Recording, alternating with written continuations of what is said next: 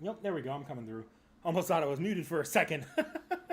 First, we're finishing things up today, guys. This will be it. I'm actually excited to be done with Fate Extella. Marvelous. Alright.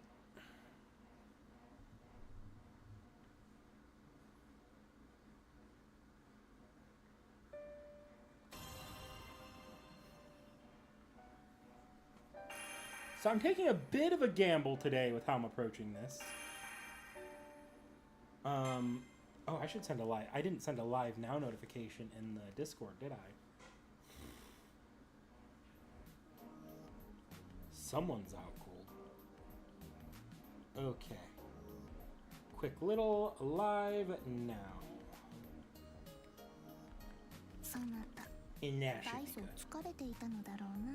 You must have been so tired. I caught you sleeping. It's no wonder. First a great battle in the Millennium Capital, then a great council meeting, with no rest at all in between. Of course you'd be tired to the bone. You started looking drowsy the moment you entered my room. Drowsy? How long was I asleep? I don't feel like I hit the sheets at all, but I must have slept if Saber says so. Were you not aware of your nap? I can understand why, considering you were unconscious the entire time. To be sure, only I know what kind of face you were making. Although sleep took hold from inside of you, only I, an observer from the outside, am aware of what happened. It's curious now that I think about it. But do not worry, my praetor. You who strum the finest instrument ever forged. I will never leave you lonely. I will never let you go again, and it is my wish that you will return the favor. I am again the world's finest instrument. There are undoubtedly countless villains who would do you harm and steal me away. I have no intention of letting that happen. We belong together here on the moon. But that puts me in a spot. What do I even say at a time like this? I guess it would be best if I let my actions speak for themselves. Yes, that's the best plan. Since she took my hand to comfort me, I should hold her hand too, or something like that.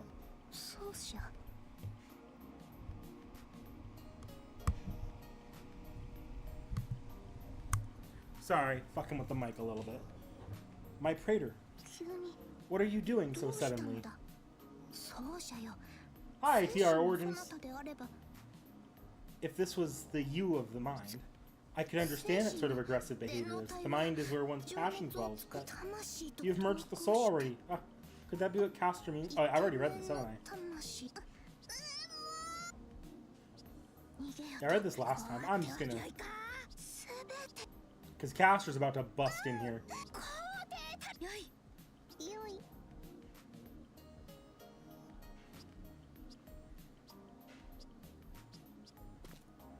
Yep.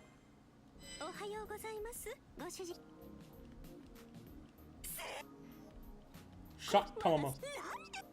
Tama shock. I didn't notice last time. Her face is red.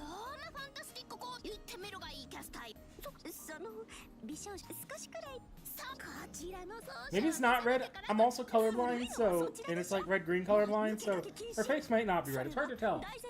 That could just be lighting.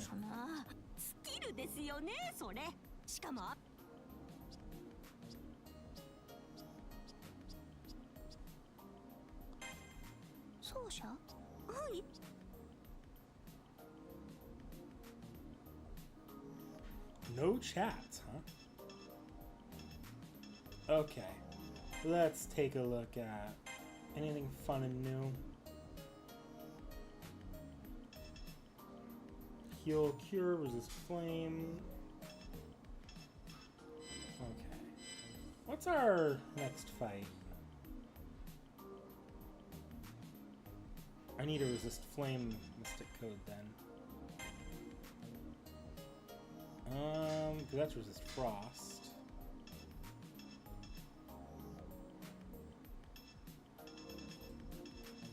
Yeah, I do have resist frost. Resist flame. Okay.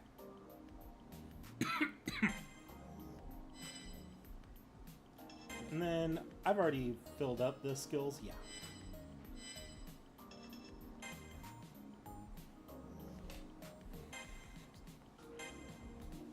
And I am at the recommended level, so we're good on this.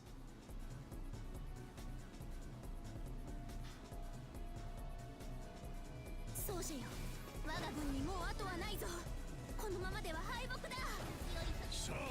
の時だ。まずは先陣を任せたぞルーラー。承知しています。この戦いの行く末を見届けましょう。コードキャストだ。スタートラップが仕掛けられている。仕掛けてきたな。このまま防衛に回れば早々にこちらが押しつぶされるだろう。この際多少の損害は仕方ない。レジムランクのターゲットセクターの制圧を急げ。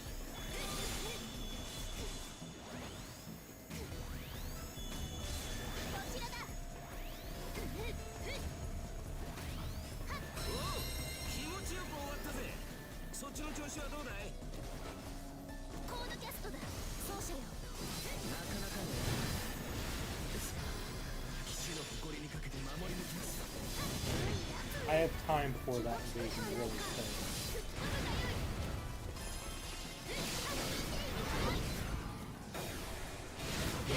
Do half of my meters here.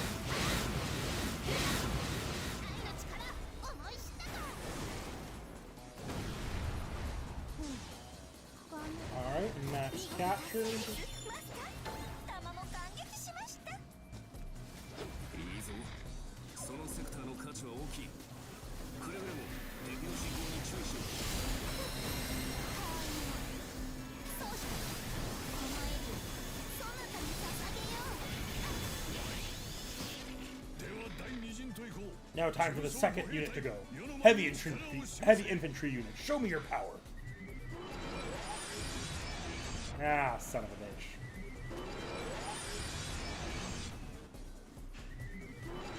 New mission, destroy the heavy infantry unit. Start by surrounding their base. Third unit, get to position. Got it?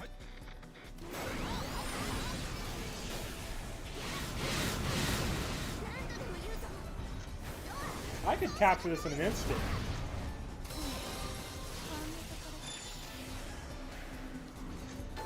Did I take out the... No, I did not. I am going to destroy this so that I can try to take out the heavy infantry again.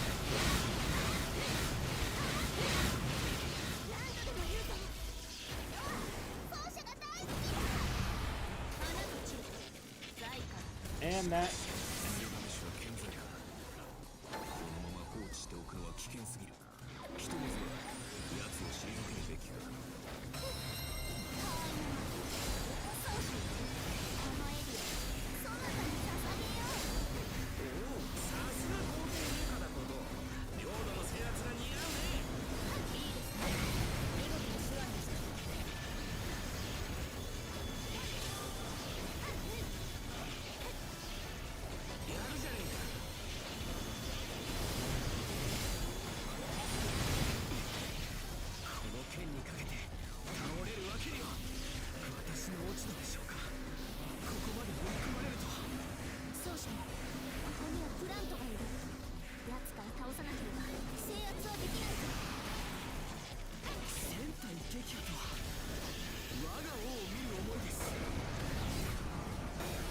Do not expect this to actually kill, but we're gonna try it anyways.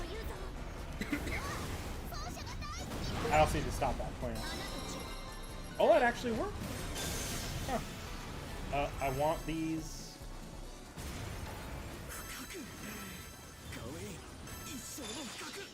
Hey, look, Phantasm Servant. Okay.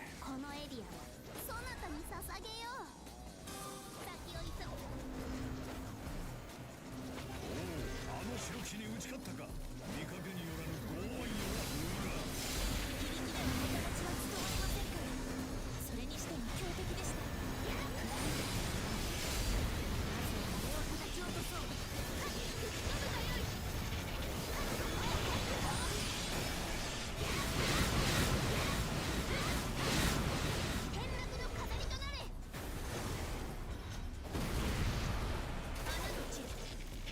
Take out this last aggressor and then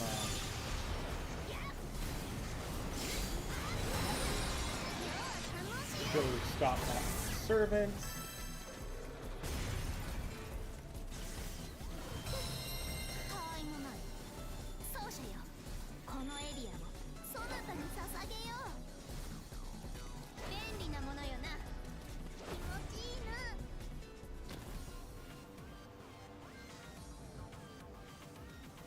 There is a plant already invading though, so I might need to pop out of this fight and into the plant.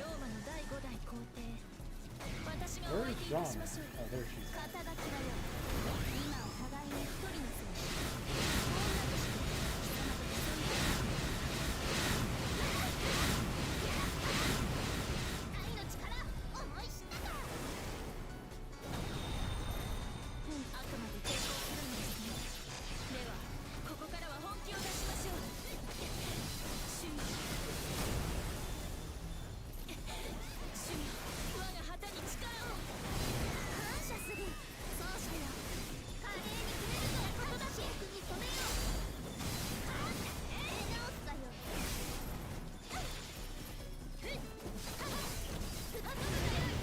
And you're dead.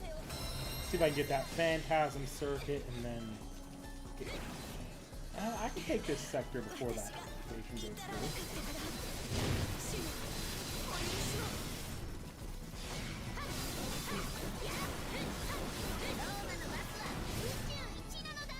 Alright, now the invasion's starting. Getting over there. Oh, I've already won.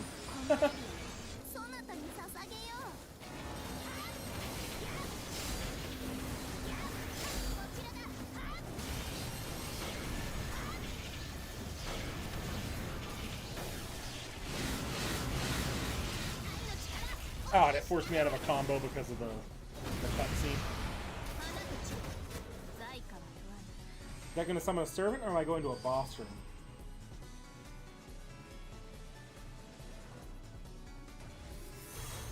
Okay.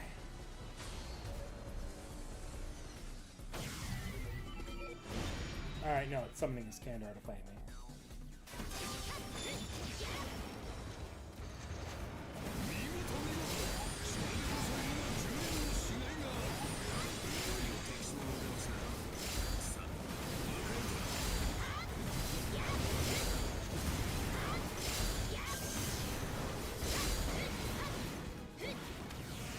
I'm actually gonna go take that last sector.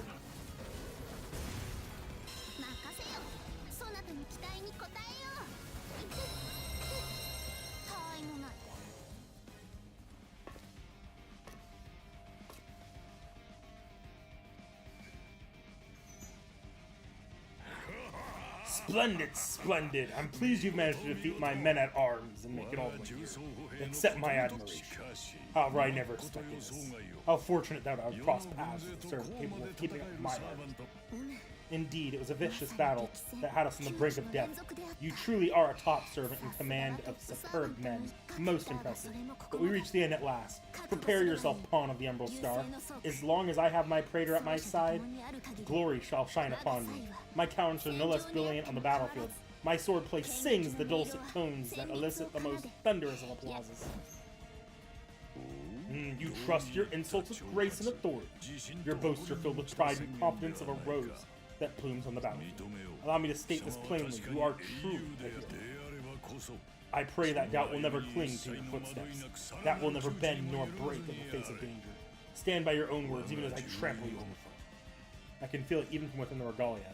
His spirit doesn't waver in the slightest, even though we've destroyed much of his army. He is exactly as the record described. This pressure, this force.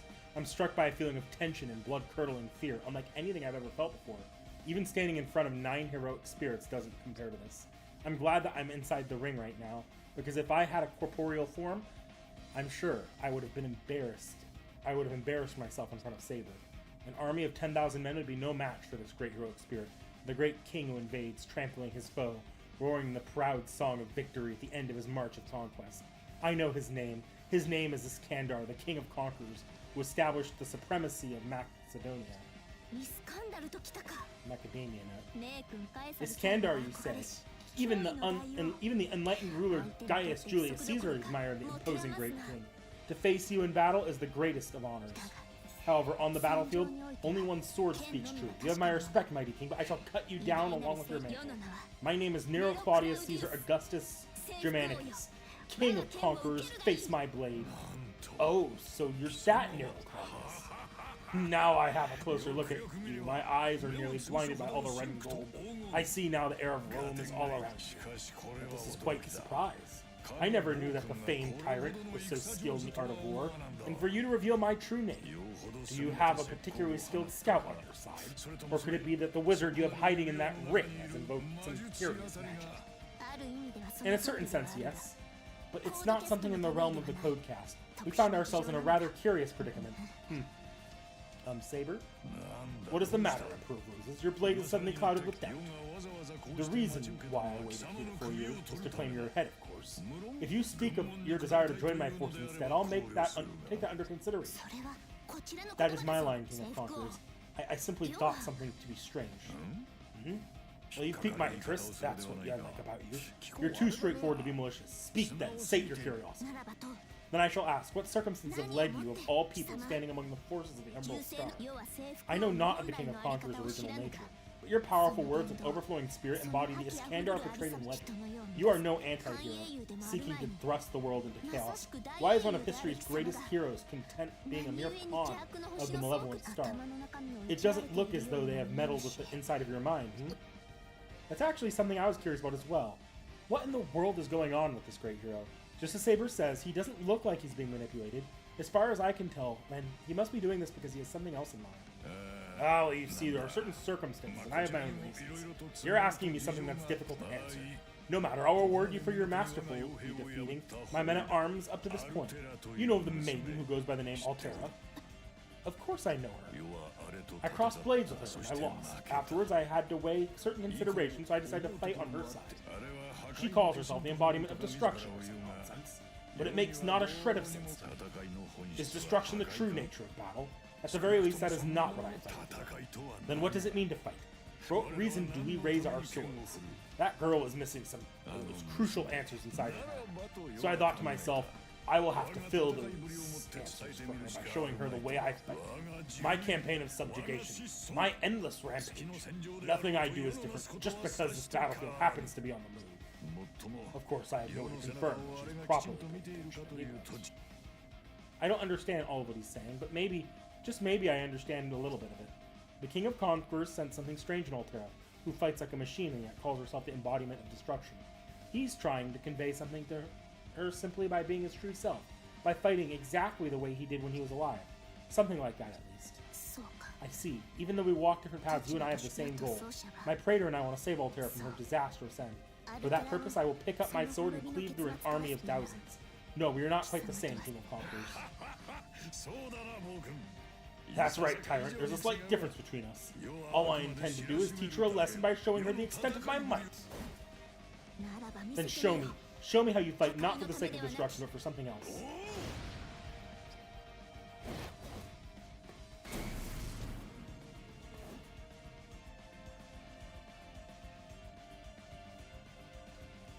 Gil!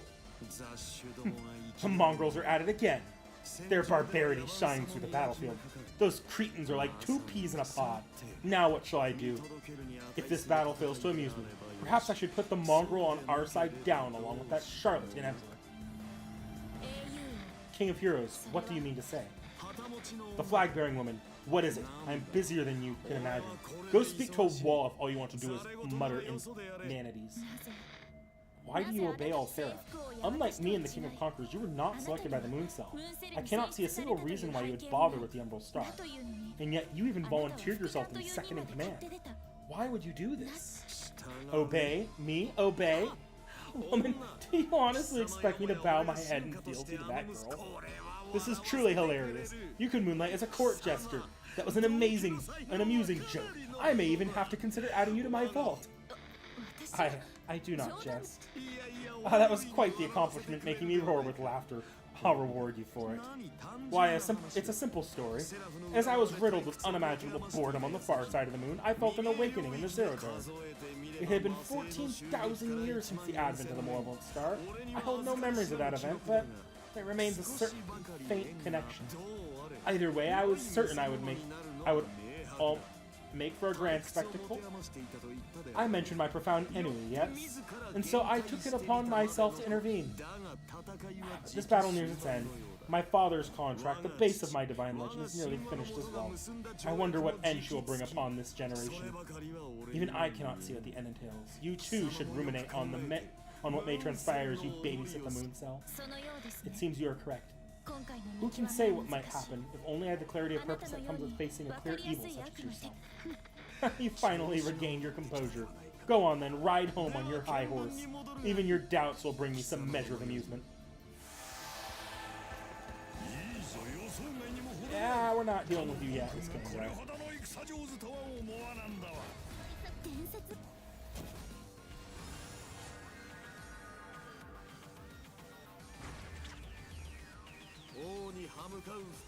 You know, I forgot you were here. Like, actually on the field. 伝説の制服王カエサルさえ羨んだ男よいざ勝負剣幕の飾りとなれ当てタイムマンそうしこのエリアそなたに捧げようさすが皇帝陛下だこと領土の制圧が似合うね勢いがよくくだらぬ皇帝特権を俺が叩き伏せてやろうではないかでは世はその満身を叩き伏せよ黄金の英雄王よおいおい倒しすぎだろすっげえ話になってきたなおいなんだ野生にも牙はあったか何度でも言うぞ世は奏者が大好きだ骨があるではないかもう少し殴り合うか食い下がるではないかいいぞ八つ咲きにしてくれる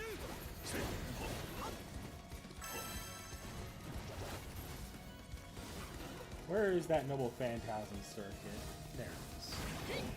舞台の準備は整 Use った that in a moment. 奏者よ感謝する奏者よ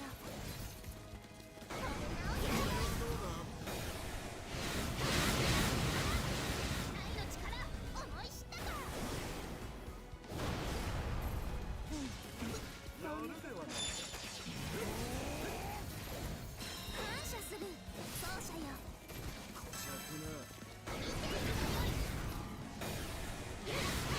Is Kandar catching my strays for Gilgamesh? Jeez Louise.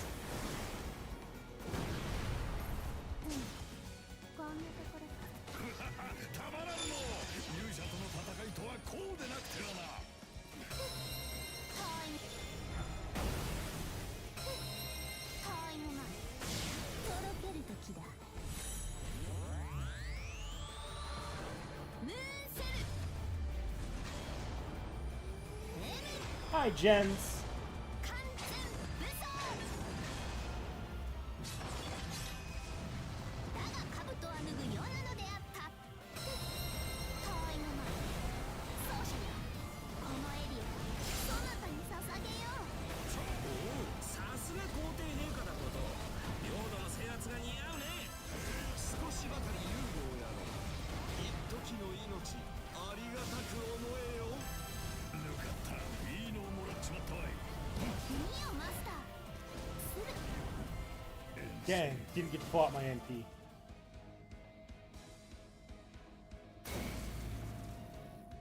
I did prevent Gilgamesh from coming back a second time.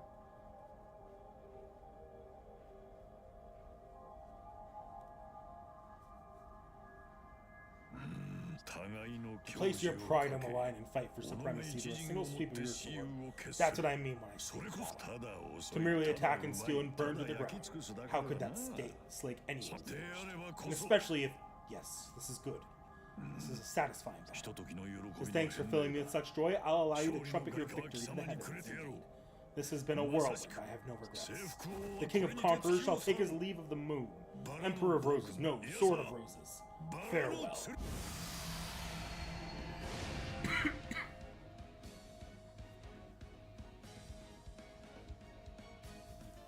The hero is gone. I'd be lying if I say I didn't feel a certain majesty in his exit. I feel it strongly within me. Made the deal with Safar here. The hero fought and fell in the heat of battle. He lost every function of his temporary cyber frame bestowed upon him by the moon cell, and in the end lost his life as well.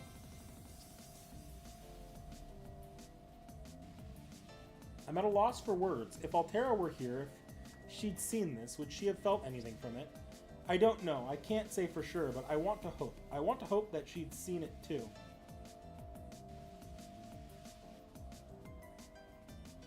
She too would have felt something in her heart. If she had seen it. Sorry. To make you recognize him, to enthrall you, to make you submit to him in both body and mind. That was the battle of the King of Conquerors. Indeed, I could not imagine a greater king. Other battles have made my blood boil and heart race, but this is the first battle I almost wanted to lose. He was a truly fearsome opponent. I would not have been victorious without the power of the Regalia. No, without the support of my praetor. I should be the one giving thanks, mighty king. The marks you've left as you chased your dreams to the ends of the earth, I will never forget your bravery. What? What kind of top servant was that? He was just a meathead with a war on the brain. If that's all he could do, I'm way more deserving of the title.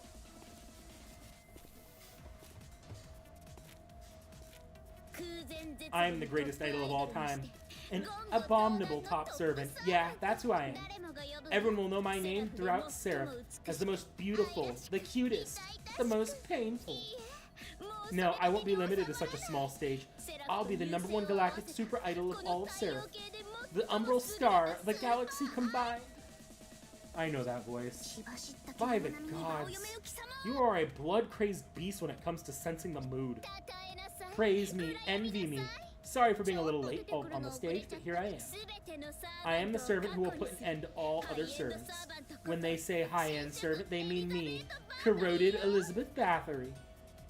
Aren't you embarrassed to have so many different outfits and nicknames? Corroded Elizabeth Bathory. Okay. The final version of Elizabeth, I saw her like this in the record. Looks like she gained a lot of power. Alright, at least her name is super straightforward. So, Elizabeth, the Umbral Star has done its work on you. I see. It's exactly as you say. What should I rather... no, not if I can. The King of Conquerors resisted the Umbral Star and remained majestic until the end. But you... How were you consumed so easily? You're wrong. I wasn't consumed. I'm the one doing the consuming here. I'm taking advantage of its power for my own sake, okay? I'm going to invade the heart of every single intelligent being that consume them. That's what Corroded Liz is all about, okay? Hold on. What's going on here? Why are you guys quiet? Is this thing on? You're scared, right? You're horrified, yeah? I mean, I've seriously got over 10 times the mana you have. There's nothing I can't do now. No matter what anyone says, I can smack them down with my power. I won't let anyone say I'm not a top idol. I pity you. You once found salvation in the path of the idol, and now you've utterly forgotten what it means. It is not something one achieves with brute force. I must imagine you went looking for power and were swallowed up. Heartbreaking. Once you were truly worthy of being called my rival. This is how far you've fallen, Elizabeth Bathory. Washed up. I didn't fall at all, and I'm not washed up. And hello, I'm still your rival. Oh my god. Just shut up already.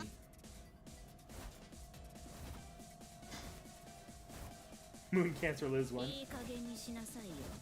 Just shut up already. I'm done losing. I clawed my way to the top. No one will ever call me a loser again. I don't need atonement or redemption. Hey, you can hear me in there, right, little squirrel? The Umbral Star gave me what I needed to bloom with all my might as the incarnation of evil I am. So now I can do anything. It doesn't matter if it's my rival or a top servant. It doesn't matter at all. I can even kill you. Her voice, it sends a shiver up my figurative spine. Whatever else she is, Elizabeth is telling the truth here. She probably will kill anyone who gets in her way, even if it's Saber or me. Elizabeth, if you're so determined, I will say no more. Regardless, it is not my word, as if my words have ever reached you in the first place. I do not understand your pain and suffering, or why you suddenly changed. However, if you can still call me your rival after all that I have been through, then I shall answer your call. This is a battle for center stage. Come and face me in your fall from grace, daughter of dragons. Oh, are we going right into a battle? Oh, good thing I didn't use the magic circuit.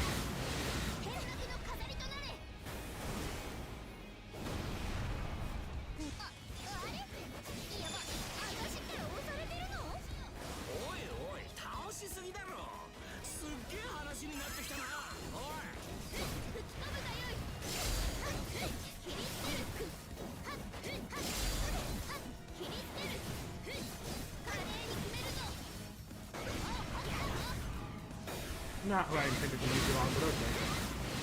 何度でも言うぞ。ノア、奏者が大好きだ。頭痛い。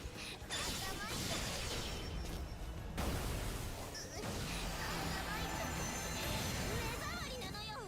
我が左右を見よ。三大の喝采を聞け。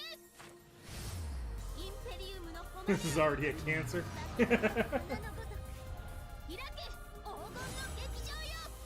Carmilla getting that cringe that you get when Liz tries to be evil.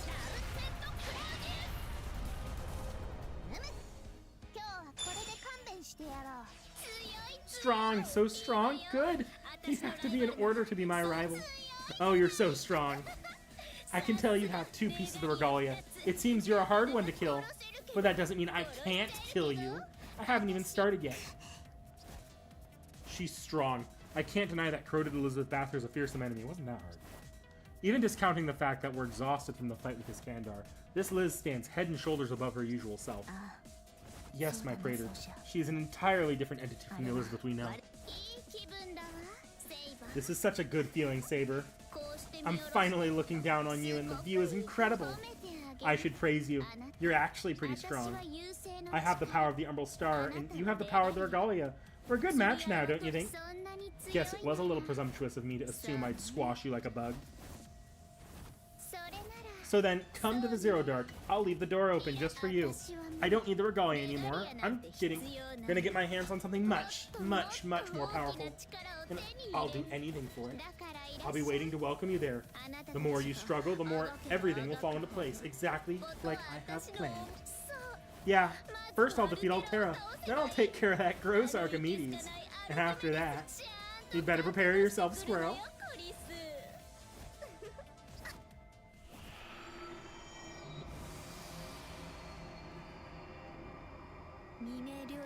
The entrance to the Zero Dark.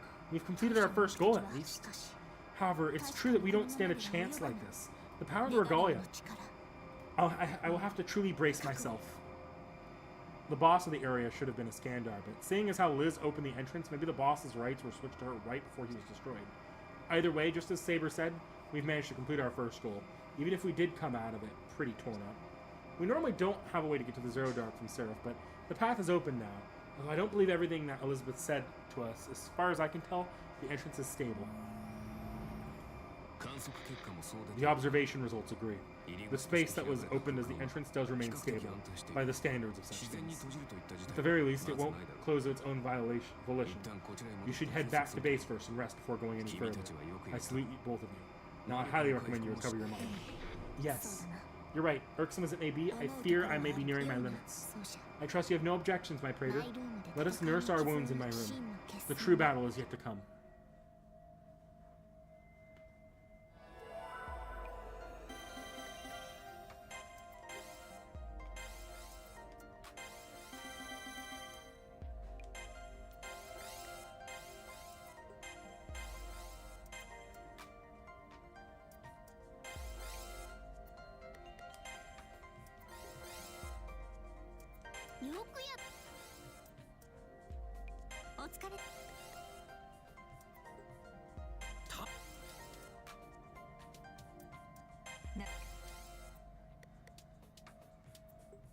Hey, I've succeeded.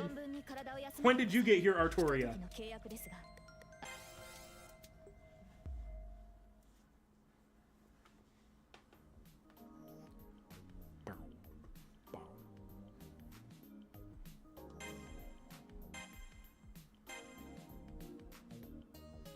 No new bond lines, huh? The one I adore. Mare Moon Cancer, the Titan's Dark Tomb. Okay. I had a dream. I don't think it was my dream. I think I was spying on a dream that someone else had. I'm strangely certain of this. It wasn't my own experience. It's like I was watching a film projected onto a screen. A fragment of the record.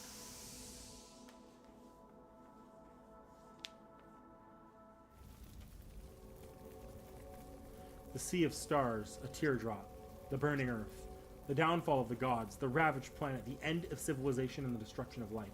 Destruction, subjugation, screaming and weeping, terror and howling, the white titan swelling on the horizon, and...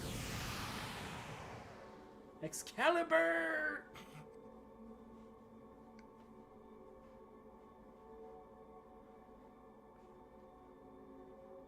Something that shines so brightly. The light covers everything, covers the world. The Titan, for all its power and savagery, crumbles to the ground and disappears. And then, in the darkness of the moon, the cyber frame that holds the memories of the White Titan is all that's left. That which was left in the Zero Dark, forgotten by the Umbral Star, as it headed to the sea of stars beyond. That which only exists to wait 14,000 years for the return of the Umbral Star. Without anyone to talk to, without any outside interference, without anything to do, trapped in a cold cavern, little different from a coffin. The sweet embrace of sleep would have been a luxury. The cyber frame held life, intelligence, and all the necessary parts to function, but never knew sleep. Its brain never had a chance to rest. Without sleep, without dreams, without moving, the slightest in the dark, without seeing anything, only reflection on the memories it had of destroying the Earth alone. All that time in the place where it had no input or output, that cyber frame, there it remained for eons.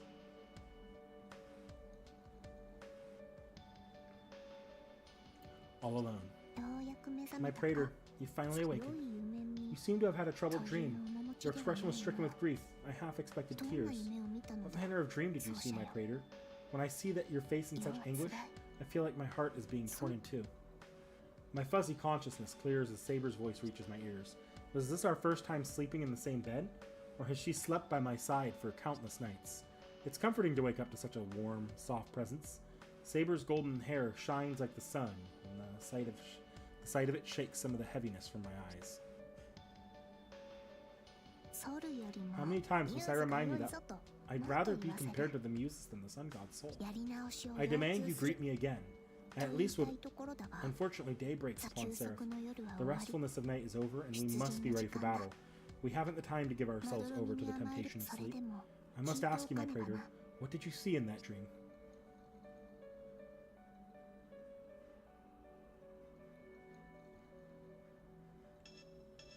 Not gonna lie, it was the dark cavern. I see.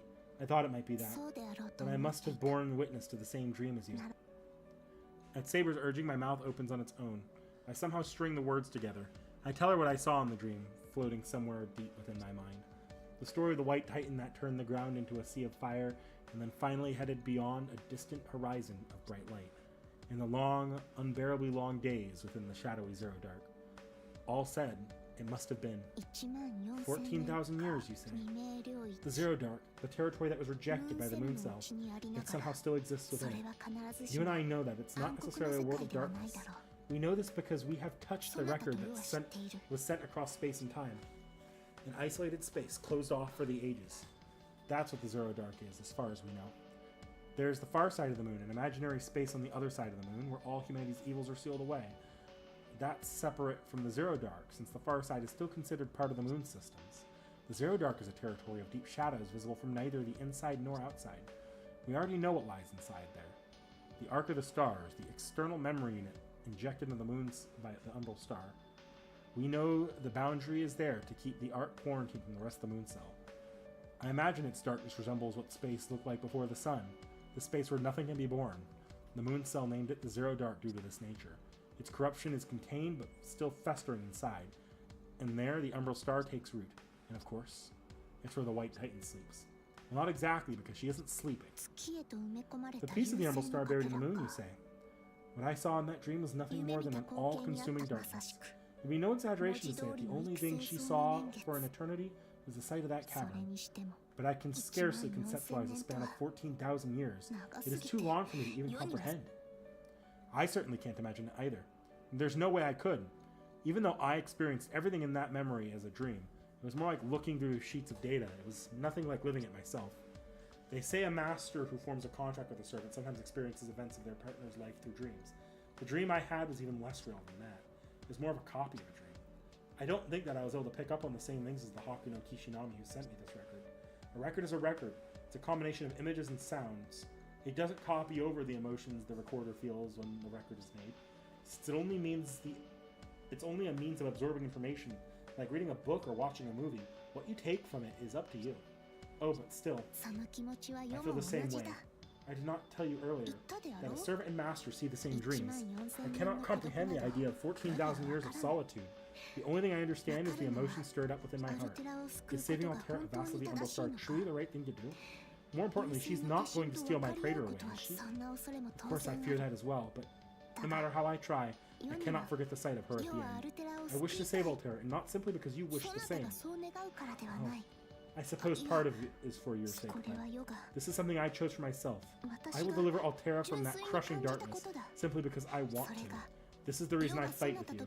It's different from the Holy Grail, where we fought to stay alive. This is purely another salvation. Saber spoke calmly, like she was confiding a secret from deep within her heart. She will fight, but not as a servant of Hakuno Kishinami. She will fight against the darkness as her own person. Besides, that body remains a praetor, or at least a third of one, who made a great sacrifice. All for that maiden, no, for any grand purpose, but for her. For her own happiness, as the praetor's journey ended, I have reached out for her sake only. And as your servant, how could I not honor such a noble deed? I will not allow it to go to waste. Therefore, leave everything to me. The sparkling countenance will banish the ages of darkness. This shall be no trouble. I shall enrapture her with the greatest of artistry in ephemeral beauty of the heavens, using my Astastomus aurea. It's exactly as you say, Saber. It's only natural for us to protect Seraph as the ones who live here. That's just our survival instinct as living creatures, but we have another reason besides that. Independent of my human desire to live, I want to save Altera.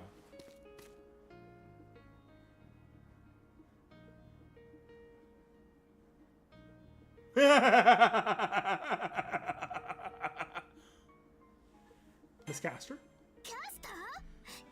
How long have you been there? You haven't been spying on us from the very beginning, have you? Well, not from the very beginning.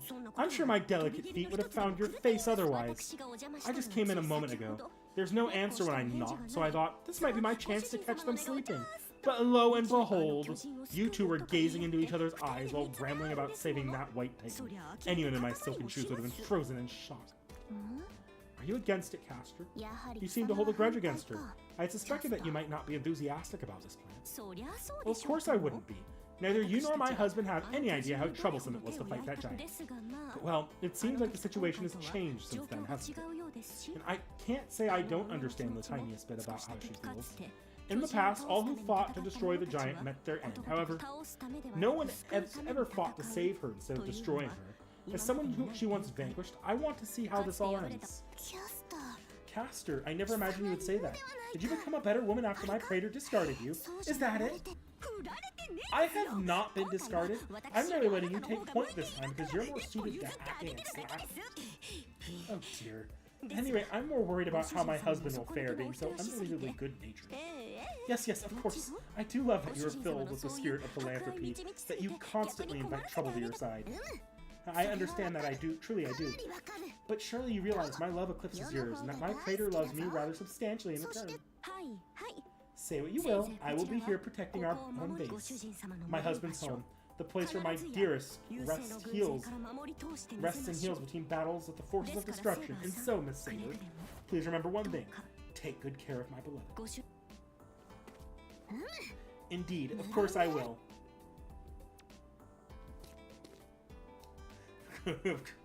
Don't want my polygamous castration fist. I know, Tacos. It's okay, maybe I would have considered Andor Tuesday a little bit more if I was caught up on Andor. I have had zero time to catch up on Andor like I've wanted to. I am on episode 5 of Andor. I've only seen 5 episodes of Andor at this point. I have like 7 more episodes to get through if I'm not wrong. No, am I even on episode 5? I don't know. I think it is episode 5 of like. Anyway, I have way too many episodes of Andor I need to catch up on. It's bad. It's really bad. I have like yesterday, start of Seki's stream. I wasn't around, not because I didn't want to be involved in like picking on her while she played Babylonia. I wasn't around because I needed to catch up on the anime we're watching because I am that far behind. I have had no free days to watch shit. Yeah, no, that's kind of why I'm taking the break, to be honest. I need the days to watch stuff.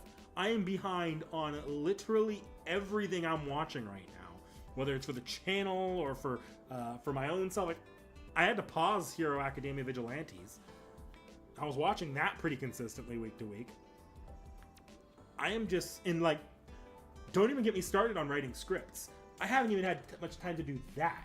I am like 2 days out from having to record another Seki Reacts. I've barely started writing my notes on the history section for that. Normally I'm like 3 ahead of what we're, as far as my notes go. And the Fate Stay Night script, I don't even know if I'm going to get the Fate Stay Night video out in time for the JP anniversary. That's how far behind I am right now. Every day has just been booked with shit.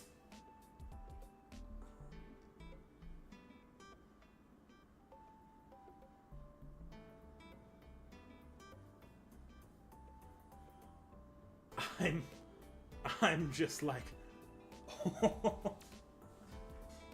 that's part of why I'm taking a break over the next at least week. Maybe I'll take a 2 weeks break. I just kind of wanted to get Extella done. I figured it was a good time to get it done. And worst case scenario, I end up streaming until it's technically my birthday. So yeah, no, I'm chill for this stream. But that's why I'm taking a break next week. Because I am not even close to caught up. I have to read an entire arc of One Piece. I haven't even started that arc yet. Like, I challenged Seki to a race to see who could finish up, whether it's FGO, she finishes up FGO Part 1, or I finish up One Piece first. She might beat me. She might beat me. Good try, Frostshard. Good try. Good try.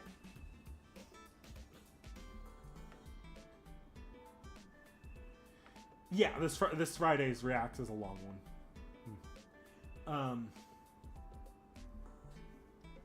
I have been tempted one of these days to like grab a Seki Reacts from like a year out and do the notes early on stream or something. Just so like I'm not giving away our schedule, but I can have you guys like pitch in and just see how that goes.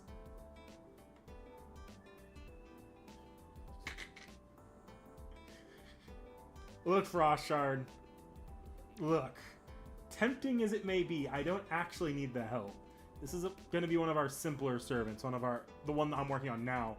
It's one of the ones that's like, yeah, Lasagna made this servant, and Type Moon made the servant, and then promptly proceeded to forget about them after they made them. It's one of those servants. So that's what I'm working with right now. Alright, I'm back to the game. I know exactly what I want to protect. Now all I have to do is make it happen. Let's go to Altera's home base, to the ends of the Zero Dark.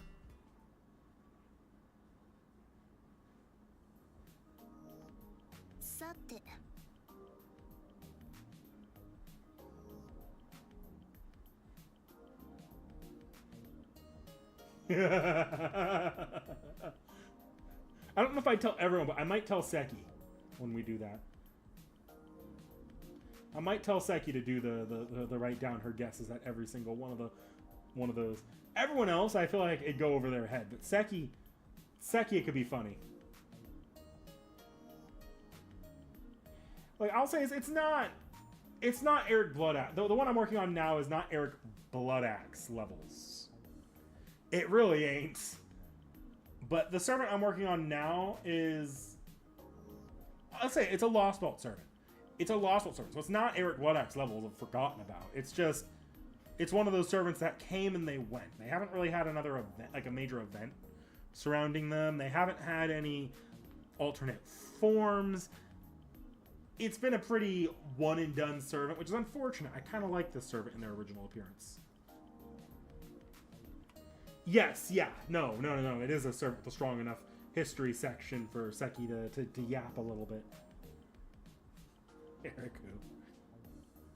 Now, including Castle Force, we have many heroes gathered in Rome, and each has brought us new information. Now may be the best time to consider our options. What say you, my trader? It's exactly as Saber says. Since the decisive battle lies ahead of us, we should try to get as much brain work as possible done beforehand. So the problem lies in how we're going to answer the biggest question of all. How exactly are we going to save Altera? I seized every opportunity I had to question every servant here, and indeed, each of them had a suggestion. So now we have the best advice of 9 heroic spirits, who carved out their legends across time and space. Each of them pondered their conundrum. Wait just a moment. I've compiled all their answers into one sheet of data. I need only enter one command, and good! Now let us begin. First we have Ku Cullen. He said, quote, "If we can kill him, we should kill him. Moving on." Bastard. The Master of the Demon Fist said much the same. First we defeat them, then we have time to think of a good plan. It seems like they're rather alike. Alright, yeah, that's true. Let's just pretend we didn't hear those two and move on. What about Gawain and Archer? Allow me to review the data. They both displayed troubled looks but shook their heads. I expected as much from Archer, but Sir Gawain? Not particularly helpful. Well, it's not like we've come up with much better ourselves. After all, we're talking about fighting an alien enemy from the edge of space. And on top of that, we're not just looking to defeat an alien, but to defeat and save an alien. Ryder gave the same response. Lu Bu was as stoic as ever, and Karna... Ah yes, Karna did have something to say. How brilliant he is, graced with his extraordinary insight. Even in such a strange case, he was able to advise us. Now, as to what he said exactly, to defeat someone and yet try to save them is contradictory. Like choosing between the moon and the sun. Without both, tomorrow will never arrive. What does that mean? And is Karna's nature to look at a grander picture? Of course, that might be a bit too grand. Imagine Castor must have her hands full with him. What do you think, my praetor?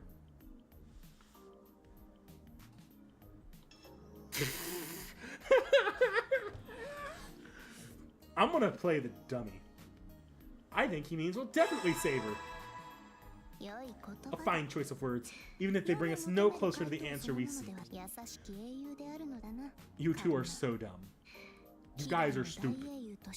Karna truly is a kind heroic spirit. It is no surprise that his legends detailed him as an extraordinarily great hero. Karna just told you guys in as nice a way as possible you can't save her.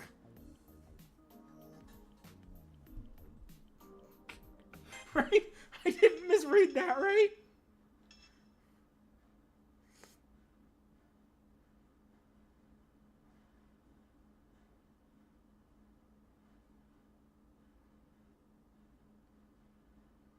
Maybe without both, tomorrow will never arrive. That's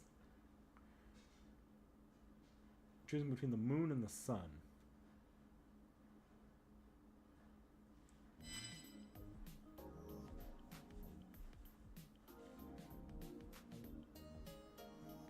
There's also, like, a lot of forms of Li Shuen over the years. A lot of them are, like, you got Li Shuen Lancer, who was actually Li Shuen Assassin in Fate Extra, so it was just they gave the Assassin a spear. Then you have Li Shuen Assassin, who was actually Li Shuen Lancer from Redline and Koha Ace, which predates the FGO Old Man, by the way, I'm pretty sure. FGO just swap Li Shuen's classes with the works that he was sourced from. So we have 4 versions of Li Shuen right off the bat. And I probably need to go over Julius.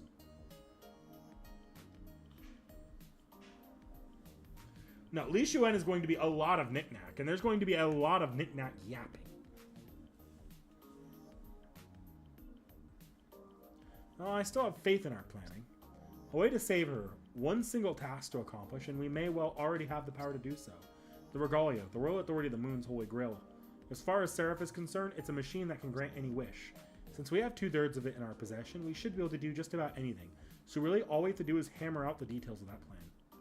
By the way, guys, I'll give you guys this little Seki Reacts live update. I'm actually thinking about cutting the Prisma Girls from the T.H.E video when that eventually happens. Main reason is I might actually be having Seki read further into Prisma than just the first arc. And if I'm going to be doing that, we might do another one of those, combine the Seki Reacts with the off-the-shelf. Haven't made a final decision on that.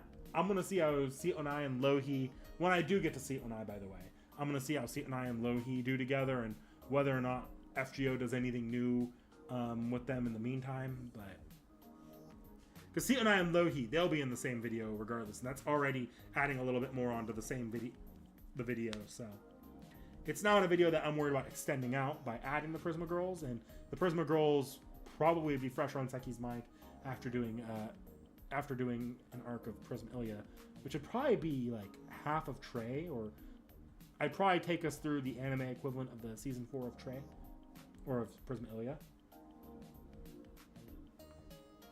But I'm not sure. I might pull back on that. We'll see.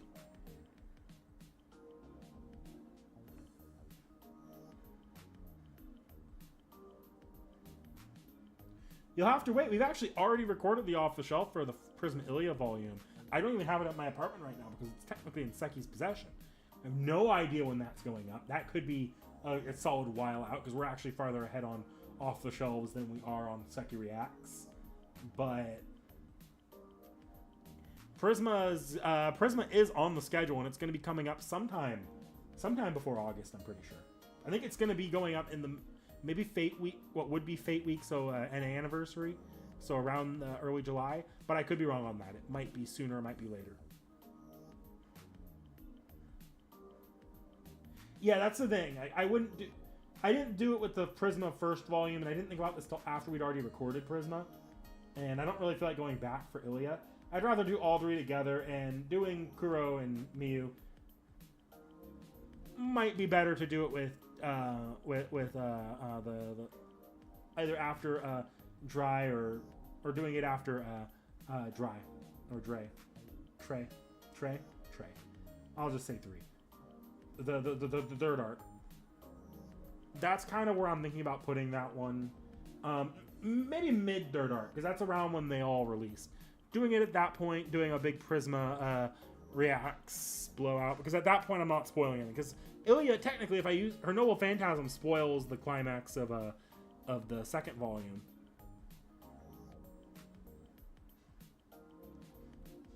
So even Ilya, I don't necessarily know that I'd want to do it for with just the first arc. But yeah, no, they're.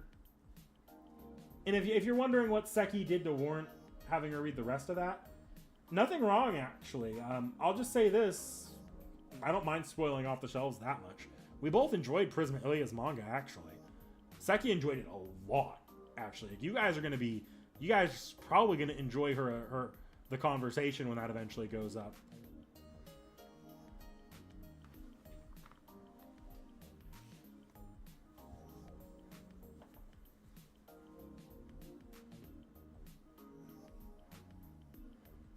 Liz and Sella would do with Ruby's power.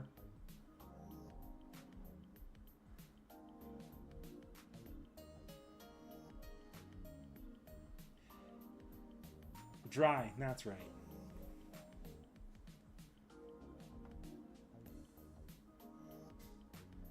That's right, it's Dry. Sorry, I'm mixing up Eins, Dry.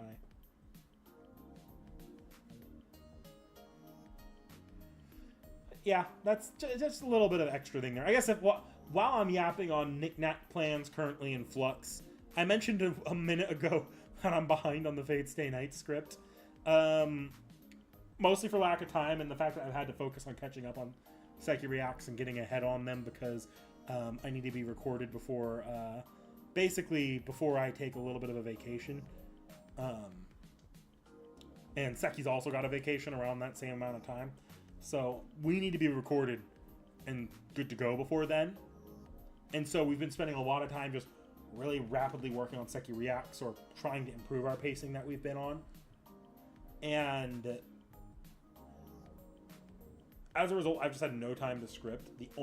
So I'm not even through writing the Fate root of the Fate Stay Night, like the Fate root portion of the Fate Stay Night script. I'm not even on the analysis portion yet.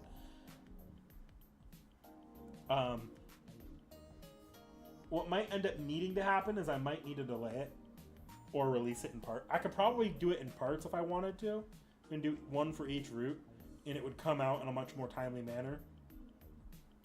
Possibly I can even make it manipulate it so I get one up on NA anniversary, one up on JP anniversary, and have the final part or part or two go up around when summer JP drops.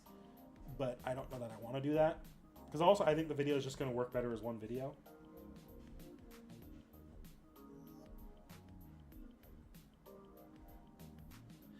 Prisma Ilya, the first season, did have a story. It was a very character-focused story, if I'm honest. It had a story. It was more character-focused than anything. Prisma Ilya has always been kind of a more While yes, it is true the third part has a bit of a plot, has a lot more of a plot to it, like a lot more going on with it. The series has always been very character focused, more so than the actual story.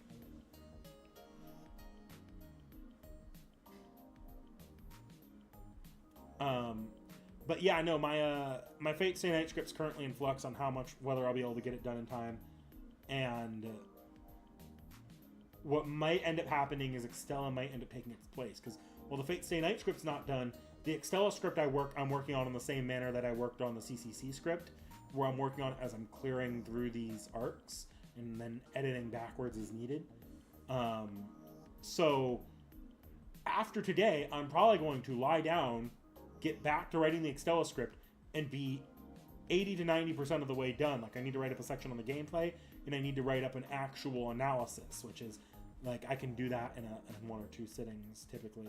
Whereas the Fate Stay Night script, I did note style more similar to what I did with Tsukuhime and Mihoyo. Except I'm trying to go as in-depth as I did with, I'm just trying to go very, very in-depth with that Fate Stay Night video, to the point where it's, Heaven's Feel alone is going to be ridiculous.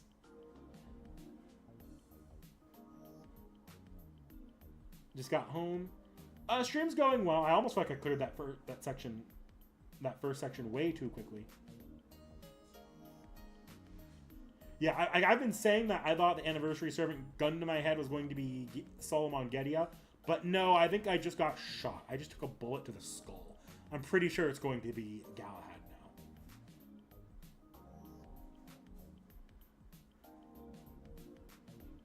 For reasons.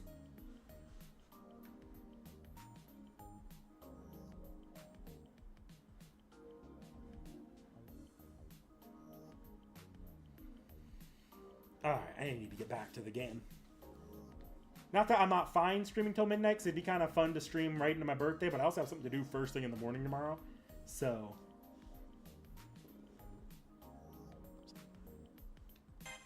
Hey, look. My apologies, Praetor. I was ruminating on the battle we just fought. The King of Conquerors is Kandar. He was truly a proud and brilliant heroic spirit. And above all, he put it quite simply, he was strong. You and I are alive now because we emerged victorious, but yes, if we were to fight him a second time, I'm not confident we would win. Iskandar was a fearsome enemy, and at the same time, he was a hero, exactly as Saber says. He had the courage to do whatever it took to obtain his heart's desire, as well as an adventurous spirit that made it hard to tear your eyes away from him. Even as we were fighting him, even as his enemy, I couldn't help but think that. Indeed, such is the sublime nature of a true hero. My exploits and bravery are nothing compared to those of a more authentic hero like the King of Conquerors or my divine ancestor Romulus. True, I did become irreplaceable the moment I took the throne of the Roman Empire, but there's no way I could be as great as the King Iskandar. He subjugated much of the continent and made vassals of so many kings. It said that he was even made a pharaoh. Even Gaius Julius Caesar, whom I admired Iskandar in turn. Moreover, my uncle loved Iskandar as well. Saber, the person who was the uncle of the Roman Empire Nero, was my uncle Caligula. He was the brother of my mother, Agrippina, and the emperor 2 generations before me. He would often sit me on his knees when I was little, and regale me with tales of the heroes of old. He shared so many legends with me, the heroes of the Iliad, Heracles, Ulysses, Perseus. Sorry, Heracles. She says Heracles. It is interesting that she says Ulysses. Because I would think, if you're going to say Ulysses, you would say Hercules. Because Hercules is the Roman, Heracles is the Greek. But then she goes to Ulysses, which is the... I'm pretty sure Ulysses is Odysseus in the Roman interpretation. Curious. Of all the legends he told, his passion burned most brightly for the great King Alexandros, for the tales of Iskandar. Saber's eyes seem to reach or search for something in the distance. Her thoughts are in a time long ago. Emperor Caligula. When I think of the third emperor of ancient Rome, I recall he was famous for being more of a tyrant than Nero. They say he was a blood-soaked despot. The emperor of death who fell into madness. The greatest man in power at the time. He was temperamental. And I need my cameras. There we go. He was temperamental and would steal lives away without a second thought. In the end, he was murdered in some internal plot. But the words that spoke from Saber's lips seemed to paint an entirely different picture from the bloody legend I know. I recall Emperor Caligula was considered an enlightened ruler, and not a tyrant, but when he first took the throne, for the first few years of his rule, he was known as the shining star of Rome. Yes, just like the Saber I know. Perhaps Caligula in her memories is forever in the shape of the good and wise king she was most familiar with. To me, he was a genuinely kind uncle. There was no mistaking that. He always said that he did not necessarily strive to be like the heroes of legend. At the very least, he wanted to be a good emperor to his people. He said that so often, and also, he told me to grow up into a paragon of nobility. He sounds like a great uncle. Yes, he always treated me with kindness.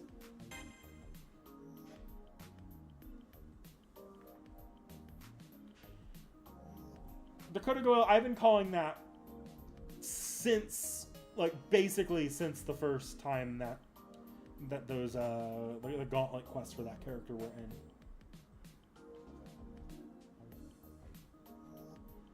Someone to stand up to Iskander over the top in the charisma department. Nero happened.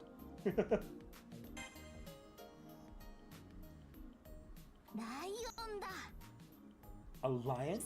Yes, a lion. You're aware that the new Seraph is expanding every day, are you not, my trader? From the 7 old layers to the 7 new layers, their basic format has not changed, but each layer is growing more and more each day. Some new territories mirror specific lands and ages within Earth's history, but others are full of wildlife bursting with jungle-like terrain. Saber is correct. The new world that was created for the Moon's Holy Grail War is slowly but steadily growing. That I know, but what is that about a lion? Yes, a lion. According to Archer, a lion was seen in the new areas near the Roman territories. At least it resembles a lion. She corrected herself. I didn't miss that. My own dear Saber stopped and corrected herself. Well, Archer did mention it, a snake-like tail, and a groat growing out of its back, or some such nonsense. But he must have been mistaken.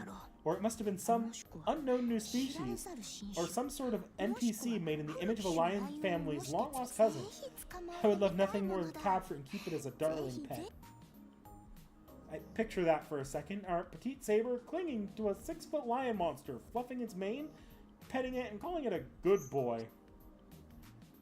Oh no, not a bad image at all. If anyone can tame a wild beast, it's Saber. She would definitely do it at any cost. And I'm sure that no matter how much she fussed over it, all the lion would do is sit there, wagging its tail adorably. I can easily imagine that. And that scene would be so brilliant that I would have to avert my eyes. What's the matter, my trader? Why are you suddenly covering your face? This could be a good thing. I'd like to look for a lion if we have some time. And I'll have to level up the screenshot skills of my heart to the max before that time comes.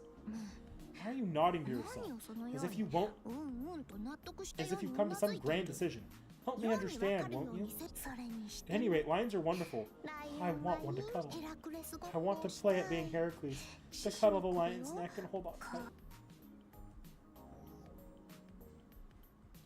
So fluffy and cute. Cute? What are you saying, my trader? The real thrill of facing off against a lion is getting a grip around its neck and throttling it. I see. I get it now. That was one of the legendary tasks of Hercules, or Heracles as Nero would have called him. One-on-one wrestling match with a lion. That's why Saber is so excited about this. Okay. I'm gonna go ahead and veto that plan. We have too many other things to handle right now for a lion hunt. Now, Saber, let's get ready to go to the next battle. I suppose it's just as you say. I'll have to choke a lion some other time. Nero, no.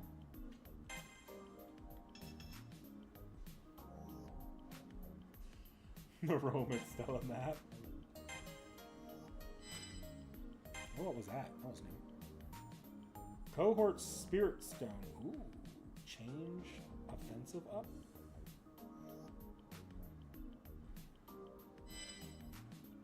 Curious. Alright, what about insta skills? I have a new insta skill. Yes, I do. And this one would benefit from being yellow.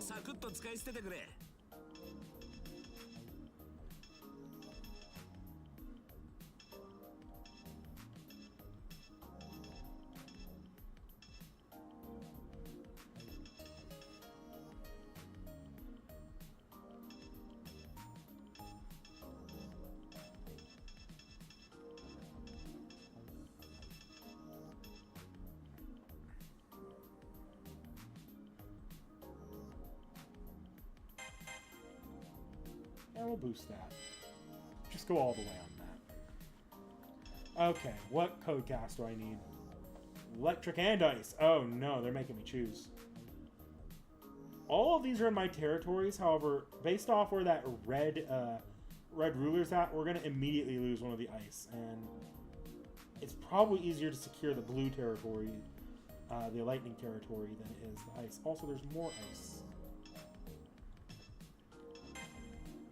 Do I have the Ice Mystic code? For code cast? No. Just a lot of... Oh, no, I have this one. It's not terrible. Let me see if I have a better one, though.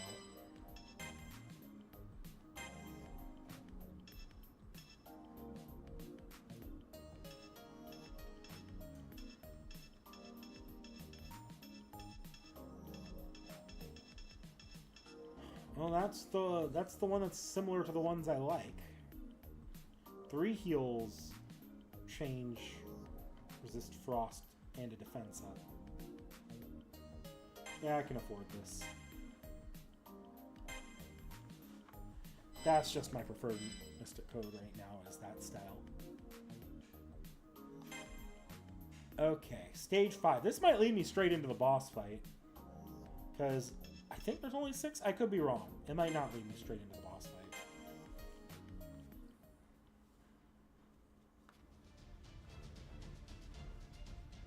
Oh, this is leading me straight into the boss fight. Now, it could be a multi-phase boss fight, but... Let's go take that plant sector. Wait, no, I want to go stop this sector from being taken. I really can't afford to let the sector trap get popped.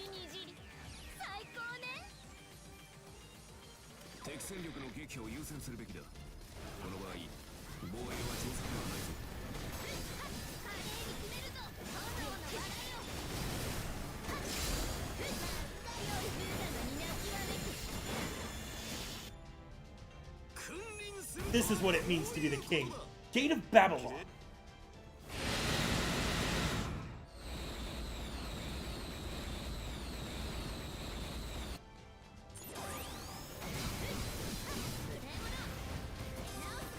Thank you, Gilgamesh. I appreciate it. No, I don't.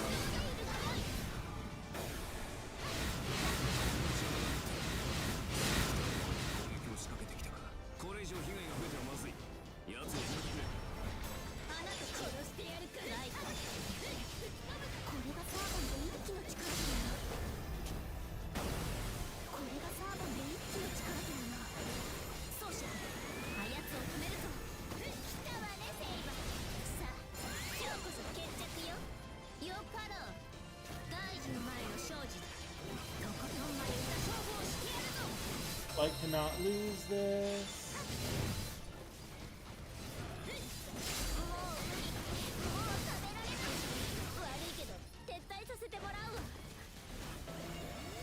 Gilgamesh is going to move on, and I'm not. I'll go after Gilgamesh in a second, but I've already prepared to fight in those territories. I'd rather secure these.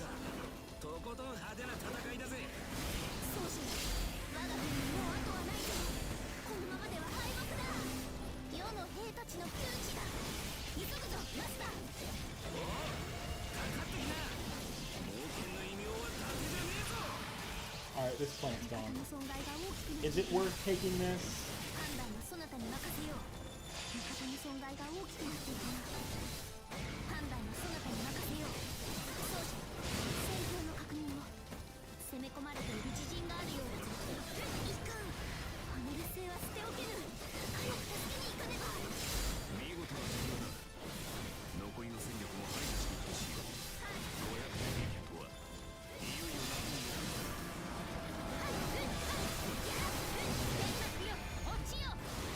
Okay, I need to...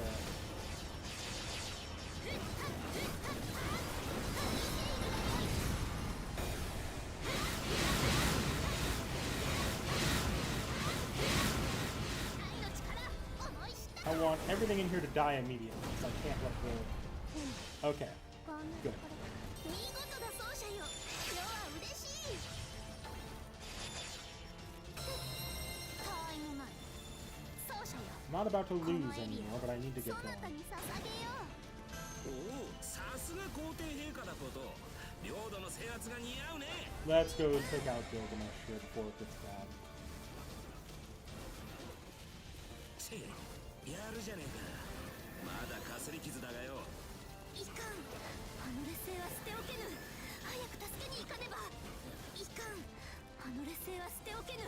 早く助けに行かねば。戦隊撃破か。一人で戦闘を終わらせる気かね。便利なものよな。先を I've also got time on that invasion.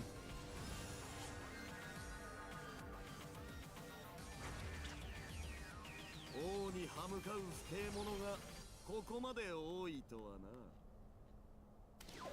Where's he at? Where's he at? ここ There から he 切り is. 返すぜ。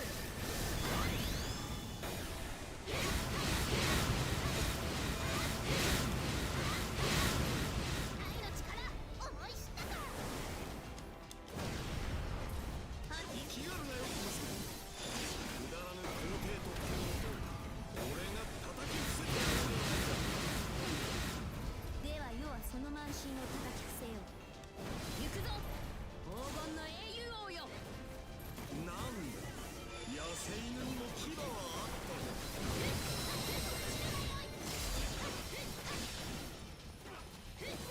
少しばかり猶予をやろう。一時の命、ありがたく思えよ。 Okay. Stop the next invasion here. Could have grabbed that circuit, but I'm focusing more on stopping invasion. 火星サンキュー。いい戦いぶりだったぜ。 Where グ is ラン it? トがいるな。まずこれを撃ち落とそう。こちらだ。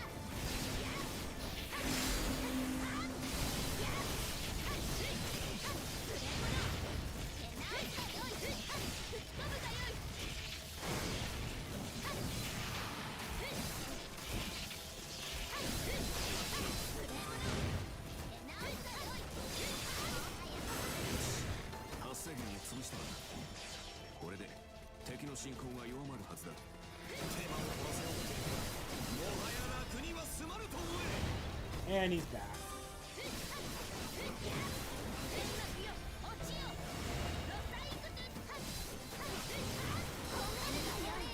世の兵たちの窮地だ。急ぐぞマスター。 Okay, where's the last aggressor? I want to take this thing out.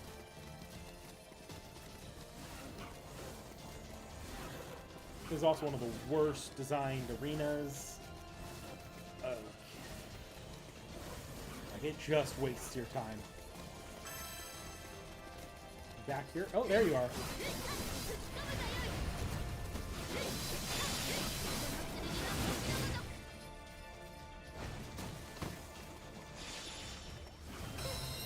たわいもない奏者よ。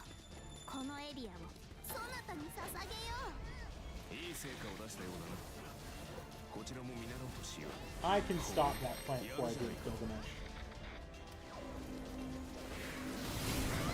Can't really stop Jean. 世の兵たちの窮地だ。急ぐぞマスター。王の意向を見ない。ゲートオブバリオン。 手直しだよ。 We're about capturing too many. 損害が大きくなっている。 Alright, dealing with Gilgamesh again. Where's he at? そなたに任せよう。味方の損害が大きくなっている。判断はそなたに任せよう。 Yeah, you're eating a full bar.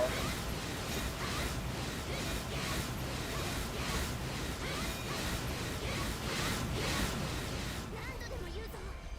世は奏者が大好きだ。なんだ、野生犬にも牙はあったか。とろける時だ。 And I want you dead. ムーンセル。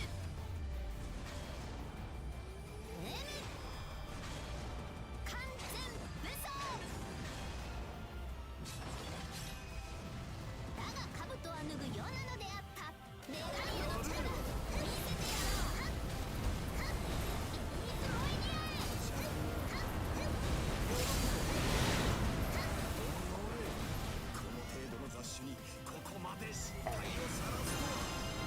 I could stay and take this area, but I actually, or defend it, but I want to go take out Jean while I have this. So, oh, no, I'm not. I'm gonna stop this invasion.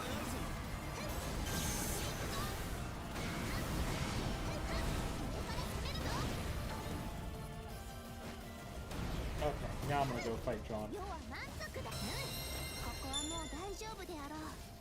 先を急ぐとしよう。間に合ったようだな。今回のやつ Gilgamesh is going to be back, and I don't really want two servants running around. How do I... What is with these arenas? Is this up? Oh no, there's the game. Holy crap. Hard to see in that. Okay. This way. That plant's moving slowly. I can fuck with Drawn a little bit here. ルーラーの名にかけて戦いを収めます。あなたがローマの第5代 Also, it might be worth losing an area if I can take out Drawn. 肩書きはよ Where's she at? There she 今 is. は互いに一人の戦士。女として貴様と競い合いたくなった。転落の飾りとなれ。抵抗は無意味です。おとなしく下りなさい。大した活躍だ。敵には同情を禁じあくまで抵抗するのですね。では、ここからは本気を出しましょう。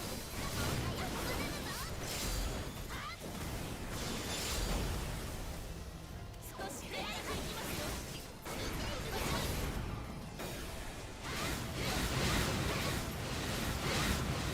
何度でも言うぞ。ドア、奏者が大好きだ。主よ、我が旗に力くるね。務めを果たせない。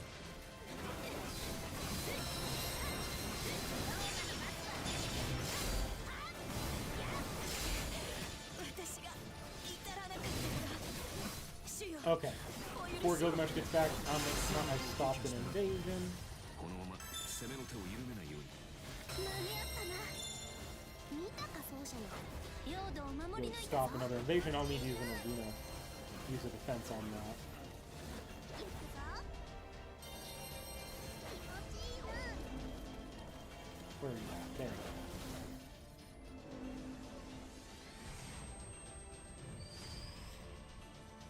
Fuck it. I think we can capture all the areas. Also, I'm probably gonna have to fight Gilgamesh in a second.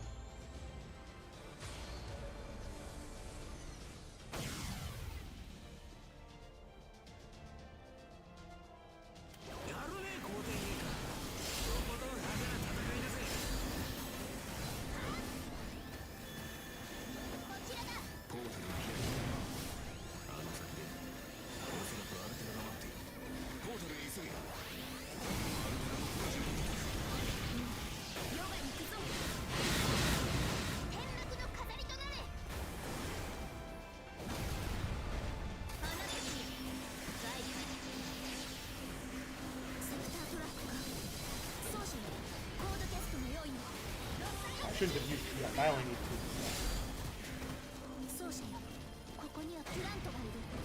奴から倒さなければ制圧はできない。コードキャストだ。奏者よ。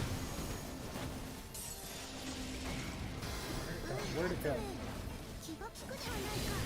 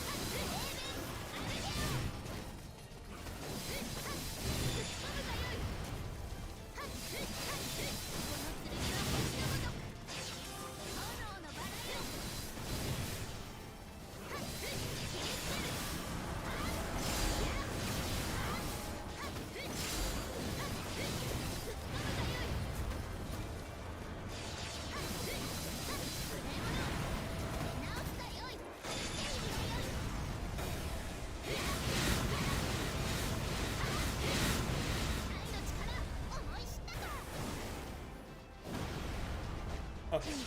Moving on. おいおい倒しすぎだろ。すっげえ話になってきたな。おいタイムマン奏者よ、このエリアをそなたに捧げよう。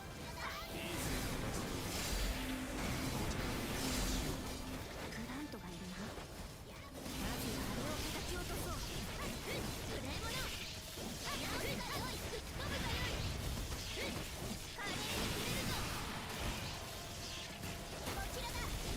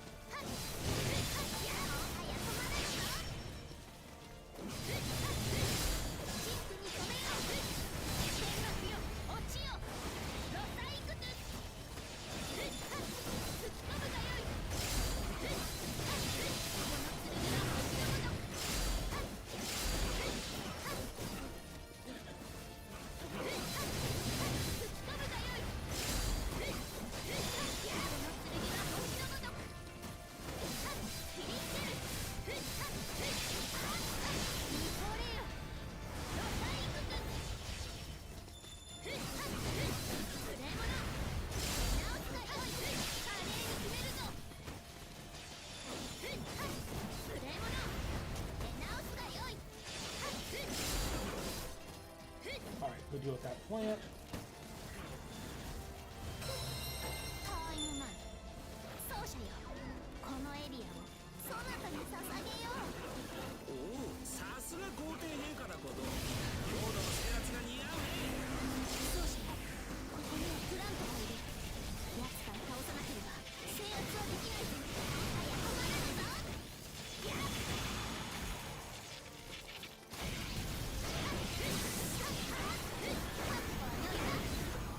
Just a couple to get rid of those arenas. Those like flying things. 奏者が大好きだ。花と散る財から吹き飛ぶがよい。見事達成です。まさか玉も感激しました。こちらだ。やっこの剣は星のもの。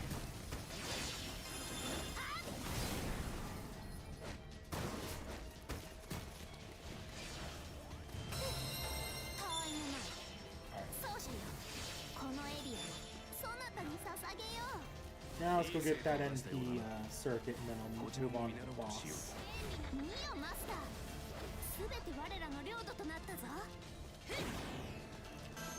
Alright, boss time. I've got all my supers ready to go. 先を急ぐぞ。行くぞ。 Uh-oh. There's a cutscene.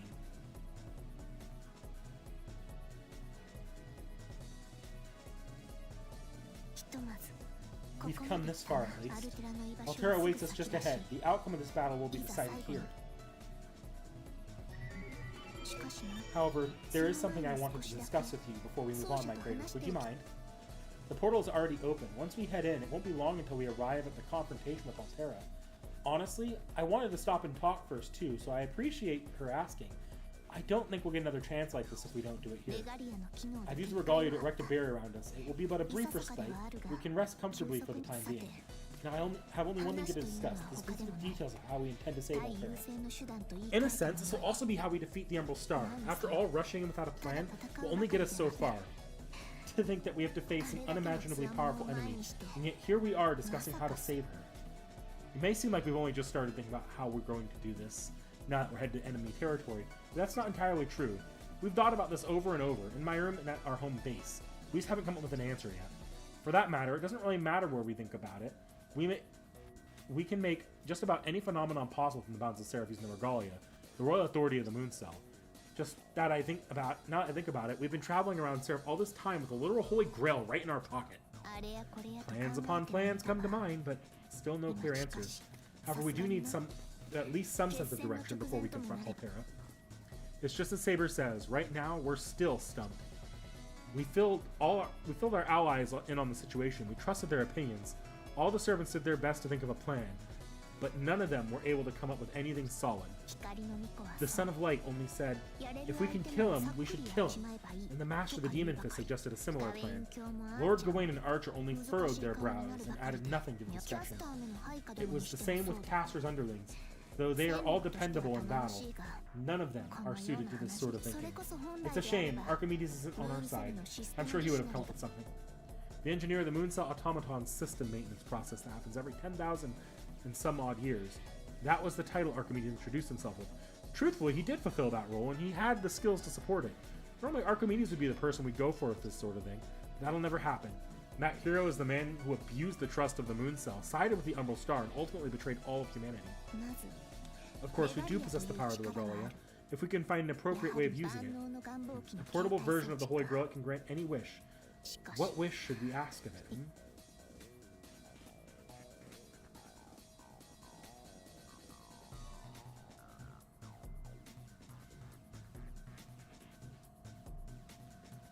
What if we ask for the Mythology Mystic Code? Ah, the Mythology Mystic Code! The physical manifestation of a hero's origin. The torrent of power that forms the root of a hero might be enough to face the Umbral Star. The only caveat is that my cyber frame would not be able to handle that amount of pressure for long. But with the royal authority of the Regalia, we have the power to make miracles happen. Indeed, that's not a bad idea. Yeah. Well, to be honest, even though I'm the one who brought it up, I'm not entirely sure it would work. Just as Saber says, the Mythology Mystic Code is just the manifestation of a hero's origin. It's not enough to influence Altera since her strength is backed up by the Umbral Star, which is on a whole different level of power. We need to power on the same level as Altera if we want to free her from the shackles of the Umbral Star. Even if we use the incredible power of the Royal Authority, and even if Saber were to release her full power with the mystical Mystic Code, the formats of the Mooncell and the Umbral Star are too different. I feel like it doesn't address the root of the problem. Since its power is ultimately just a function of the Moon's Holy Grail, all we could hope for at best would be to destroy her. And that's not guaranteed. Have a good one, Jens. That's true. Altera's existence is fundamentally different from a servant such as Castor and myself. A power on the same level. In theory, my brilliant praetor, what you say makes sense from a logical standpoint, but I feel as though the solution to this mystery lies within arm's reach, and yet I remain vexed. Before us stands the final threshold. In our hands, we hold 2/3 of the Regalia. We are nearly prepared for the climax of our play. To break her chains and change her fate, there has to be a way. I understand Saber's frustrations. I feel especially useless because we have the Regalia with all its functions at our disposal, yet we can't see a way out of the situation. But we won't give up, no matter what, and we will never despair. Every part of me is sure of that. Mind and soul, even the body, I know it. The three of us all agree. It's not impossible. We can save Altera. No, this time we will save Altera. You need not speak your thoughts aloud, my praetor. I understand. It is not necessary for us to reach an answer just yet. In any case, we must first confront her. We have no intention of killing her, naturally. That being said, she does stand a chance of killing us.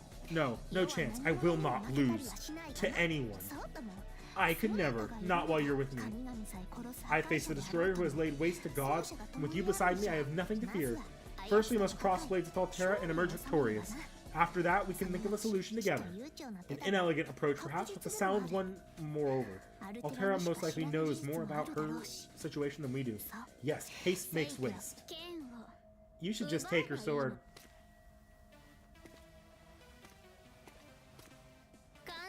I mean, the Sword of Mars is our main power source. You know that, right? Nice barrier you got there. I bet it would have stopped Altera cold. Corroded Elizabeth Bathory. Could she have slipped past the Regalia's barrier so easily? Regardless of how she managed it, she doesn't seem to have broken a sweat. She's positively brimming with confidence. Oh, you should see your faces. You look like a baby-faced idol who's bumped into the top idol on the green room by accident. And she thinks to herself, oh no, tomorrow they'll find my body in the dumpster. No, it's more like you found out some shameful secret on a talk show. Well, whatever. Anyway, I'm not in the mood to fight, so I'll let bygones be bygones for now. How are you doing, Squirrel? She's not attacking us? Her words are sharp, but she seems to have come in peace. She's always been rather temperamental, so it's not beyond the realm of possibility that she might join us. But even if she did, she'd probably scratch that, definitely be watching for the first sign of the tide turning. In a twisted sense, we can completely trust her. No matter how powerful she becomes, no matter how cruel the expression on her face, Elizabeth is Elizabeth.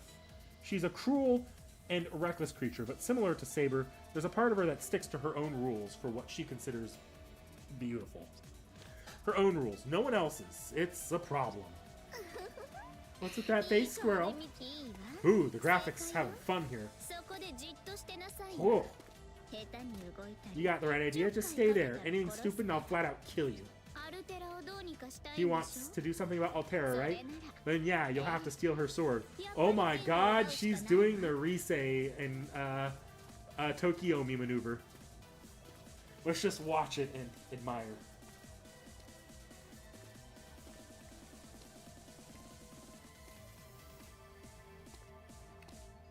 Right round in circles. Round and round she goes. Where she stops, nobody knows. Let's go. One more lap. One more lap, Liz. Gotta burn those calories if you want to be an idol. Let's go. Let's go. Yeah, Takeru did one too. One more lap. Come on, you can do it. You can do it, Liz.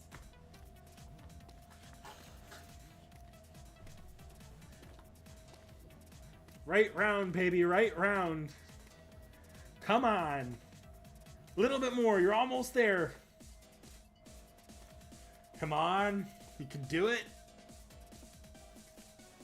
Yeah, she did it. You want to do something about Altera, right? Then yeah, you'll have to steal her sword. You've already seen it, yeah? Altera's noble phantasm, the sword of Mars, the physical embodiment of the concept of cutting. It's a super old divine weapon. Back in the day, only the gods could even hold it. It used to belong to the god of war, one of the pillars of the original pantheon. Later, they'd call him Ares or Mars. Mars. Wait a minute, you speak of the one of the Roman gods, who, of course, were based off the Greek gods. But what are you driving at, Elizabeth? You know, most people would have picked up on all the hints by now, or whatever. I'll spell it out. I know all about Sephir's battle on Earth, right? The one where she should have killed everything? Altera's sword is the spoil of that war. She fought the god of war, the guy she thought was her only threat, and then she picked up his sword off the ground. I don't know if I can keep up with all this information she keeps throwing at us. So what she's trying to tell us is, Altera's sword was plundered from the ancient gods. Yep, that's right. 100% points to you, little squirrel. I don't really care about that. To me, a sword is just another tool. But she must have cared, because she still has it. To think she has been fighting with a weapon of the gods. Incidentally, it's not the same physical object from way back when. It's totally become a part of her long ago. It's more like the core of her being. Any weapon she holds will turn into it. Even if she touches a rusty old pipe. Abracadabra, sword of Mars. Over time, that precious little war trophy of hers became her own personal truth, her very identity. It's like the nucleus of Altera as you know her, something that sets her apart from the White Titan.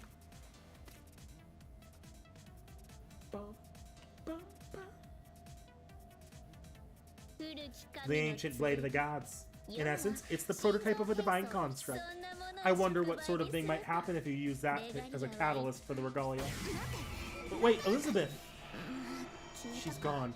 But see, my rival moves at her own pace, no matter the situation. My praetor, do you think she'll come all this way to feed us falsehoods? I think not. Her words were replete with malicious mischief, but that hardly differs from her usual behavior. The sword of Mars. Perhaps we should give it some thought. The theory itself makes sense. I can't say I'm not a bit overwhelmed by the enormous scale of what we're talking about, and I'm still having trouble wrapping my head around everything. If I heard this story out of the blue, I would never believe it, but both Saber and I touched that record. We both saw the White Titan's battle with our own eyes. Before it was engulfed in the light, before it fell to the ground, the White Titan had a sword in its hand. If Elizabeth is right about that sword, then there might be a way to unbind her with the power we have. No, we'd better not try it without the entire regalia. At the very least, it sounds like a better plan than trying to directly negotiate with her, or relying on the mythology mystic code. I see. At the very least, there's a glimmer of possibility. But Mars, it had to be Mars. Could it not have been the Muses, or... No matter. Either way, we must first confront Altera, and then obtain the sword that acts as her core. Hold fast, Altera. My praetor and I are coming for you now.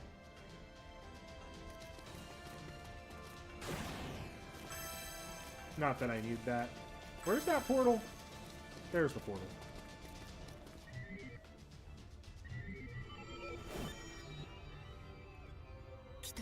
So you've come, Saber. Of course I have. Cool-headed as ever, I see. The maiden in white stands before us.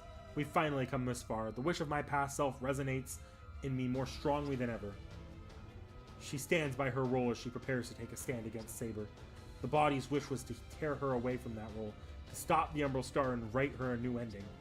And now, both Saber and I share that same wish. We'll make it come true, here and now.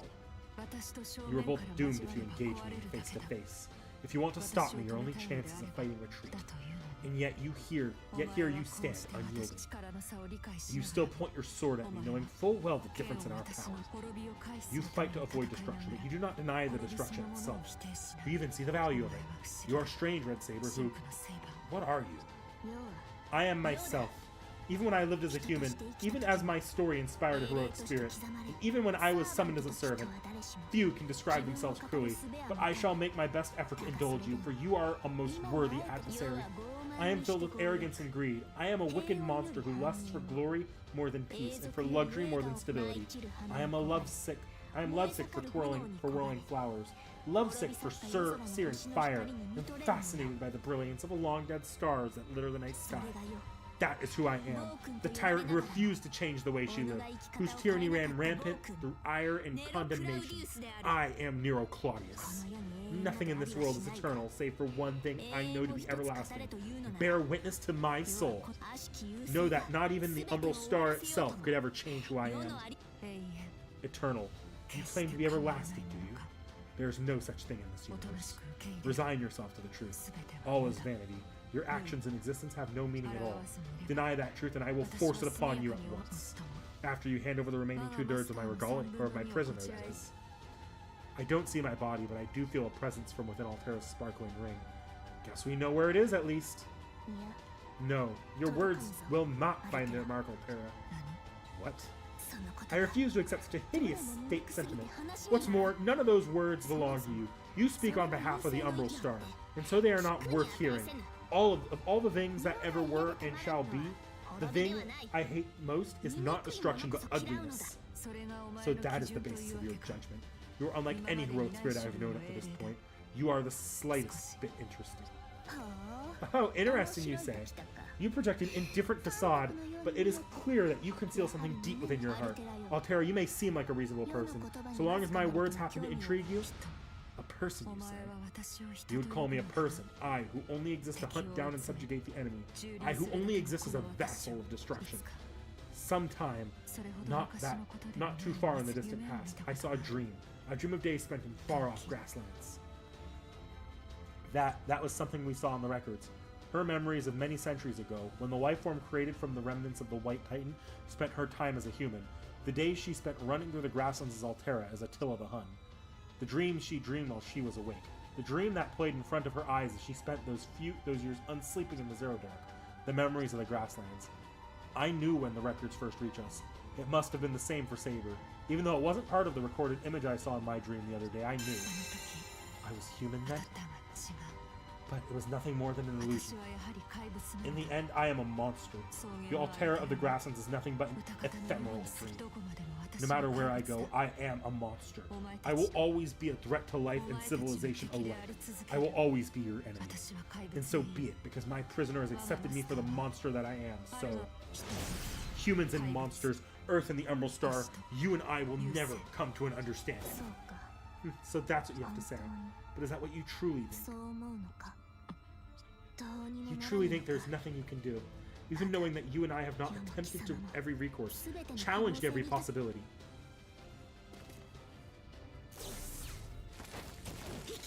So suddenly. We aren't going to be able to keep talking like this. It looks like we can't avoid this fight. Indeed, regardless of our plans, I will have to begin by beating sense into that thick skull of hers.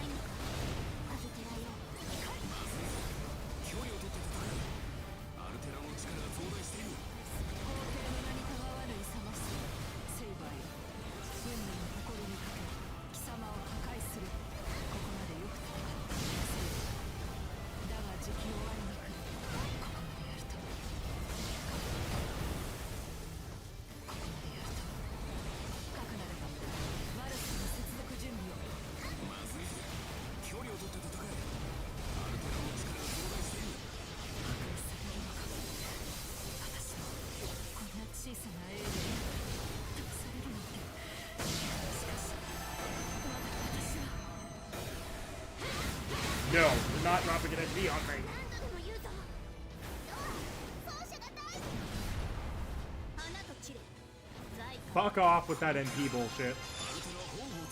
And of course I get my NP right at the end. ここまでか。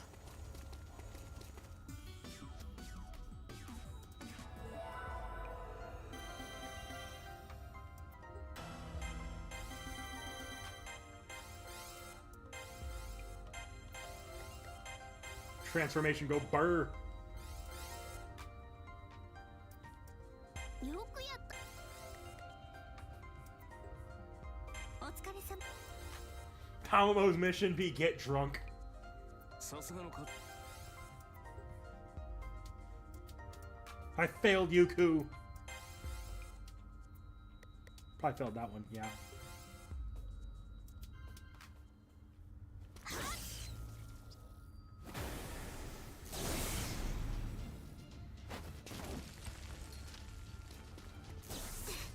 She hasn't weakened at all. フレアエフェクト。 Flare effect, connecting with Mars.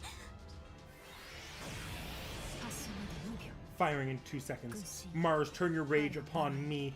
Pierce the heavens with your tears, red star. ティアドロップホトンレイ。 We need to voice that part.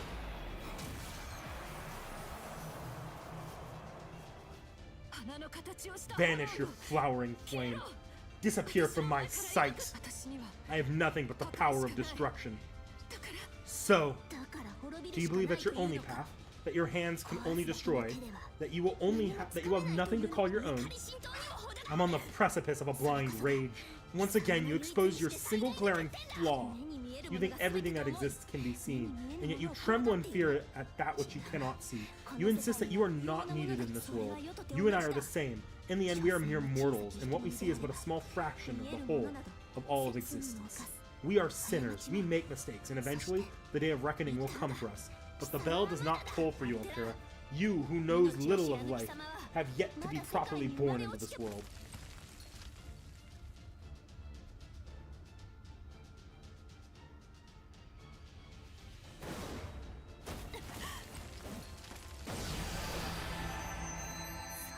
I can never lose to a babe like you. I say this as someone who once gave up on everything and sealed myself away from the world. Look well upon the flower that blooms amidst thunderous applause. Submit and drown in its fragrance. This is the scent of desire of human life.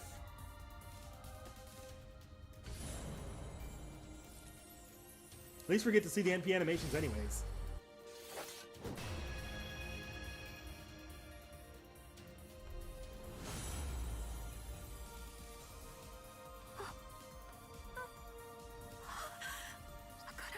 I don't understand. I don't understand. Why? Why would you show me such beautiful things? The maiden in white is howling. The sound she makes is not one of fear. She's not trembling before an enemy she must defeat. She is in Saber's theater, where gold enshrouds everything the eye can see. She is fascinated, enraptured, both by the Ostis Domus Aurea and by the girl who hides this golden theater within her heart. Saber's Ostis Domus Aurea isn't just beautiful. It's the culmination of her life as a servant. The Emperor may have lived a flamboyant life, but was betrayed by everyone she knew and died a lonely death after all was said and done. And even despite that, she raises her head proudly, she sings. She proves that her life was wonderful, including the glory of and decay, the betrayal and destruction. Her song describes a life lived in beauty. I don't understand. How could you? The contents of Saber's heart rain down upon Altera. She understands the strengths of Saber's noble phantasm, that it is more beautiful than a beautiful spectacle, that every atom of its existence is saturated with love and applause for all who live in the moment, that it is possible for us to understand one another, that even if she is a monster, it's worth taking her hand.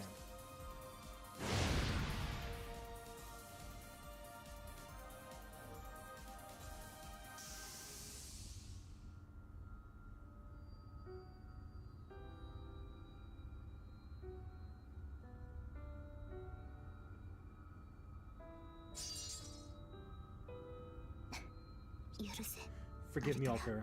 I relied on an unfair play in the end. If I had used the full power of the royal authority, I could have withstood that pillar of light, but I'm certain the regalia would have cracked in two. And that would defeat the purpose of it all, so I used a rather underhanded tactic. Yes, it was a method Saber wouldn't normally have at her disposal. The one who was swallowed up by the pillar of light wasn't Saber herself, but a fake cyber frame that was identical to her, down to the last detail. It was bait, made with the regalia's functions and the majority of Castor's mana. In short, it was a sneak attack using a body double. Castor's the one who provided the decoy. She's undoubtedly the only one who could make a cyber frame convincing enough to fool Altera, especially during the heat of battle. All we had to do was wait for the right moment to switch it out with the real Saber. Saber succeeded in catching Altera off guard using presence concealment, a skill temporarily bestowed upon her by the function of its regalia. My praetor, that must have been such a burden on you. You brilliantly manipulated that fake cyber frame. What are you? What are you doing? You have not destroyed me yet. I can still fight. I can still destroy you. So why do you cast your sword aside your sword? So that we can speak, of course. But truly, what is it that you wish to do? What do you fear and what do you long for? Saber is laying both her sword and her life on the line. We didn't plan this part beforehand, but I'm not surprised by her actions. It's just like Saber to do something like this. That's why I'm standing here as well. If Altera intended to continue fighting, she could have defeated Saber without breaking much of a sweat. I'm not about to let her die alone. And I want to ask her too. I want to ask the Maiden in White why she's given up on everything. Something restless stirs within you. That is why you cannot ignore my words. That is why I cannot cut you down. Answer me. What do you long for? And at the same time, what dreams have you abandoned? Saber is asking her what is precious to her, what she fears and what she wants. I would like you to tell me. Otherwise, neither my praetor nor I will know. Perhaps you're not human. Perhaps you're a monster, as you say. But here in this place, you speak human words, and we are able to understand one another. If so, then you and I are the same, Altera. In this world, there are monsters who take human form. There are also monsters who freely display their true nature. But surely you are different. Why? Why do you... You don't... I don't know you at all, and there's no way you can know me. Even so, you... Why? Why do you insist on trying to reach me?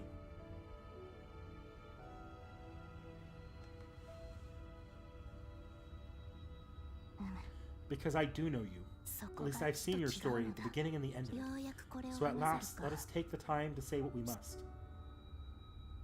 Saber begins to talk about the record that came from a parallel world, about the body of Hakuno Kishinami. The record contained images and sounds that may not match up perfectly with what we find here, the Altera and her prisoner of our world. There are plenty of differences, even in the short span of what we've seen ourselves. However, they are still fundamentally the same beings, so I was forced to watch it all. Yes, I was a captive audience for an entire month. Although being data, it only took seconds of real time. It was without a doubt the record of a lifetime. The gentle passing of days between you and the body of the praetor. How could I not be moved? How could I witness the greatest of plays, a truly soul-shaking performance, and not feel a thing, you fool? You saw me? Me and my prisoner in a parallel universe? You saw the Umbral Star in the distant past and what I am now? Then both of you knew me from the beginning. You knew about both of us. You even knew our ending, when I gave up. Lift your head and I declare that I shall stand by your side, and this is why. What you thought was beautiful in the other world, and what you were loath to part with, from the bottom of my heart, I too saw its beauty. And that must be true for you here in this world as well. Your life upon the grasslands, your time with my praetor. You cherish those times, and the praetor did as well. Your praetor chose this path out of a desire to tell you this, to protect you. And by means of great sacrifice, your story came to us. So I have spoken, Altera. The praetor of that far-off world no longer exists, and yet the melody of that story you shared still echoes within our reality. I trust you can hear it as well, because that very same melody resounds in this world from within the ring you bear.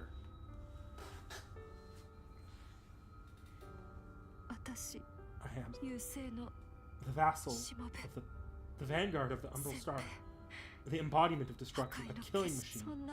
Instead of that, right now, I want to be with my master. I want to be with the master who thinks of me. I don't want to lose her. I want us to live in this world I want for the two of us to feel the winds of those grasslands. あの草原の Someday. 風精一 I 杯 want to live as much as we can. 生きて To live. 生きて To live. いつか And to someday reach an end like human beings. Aww.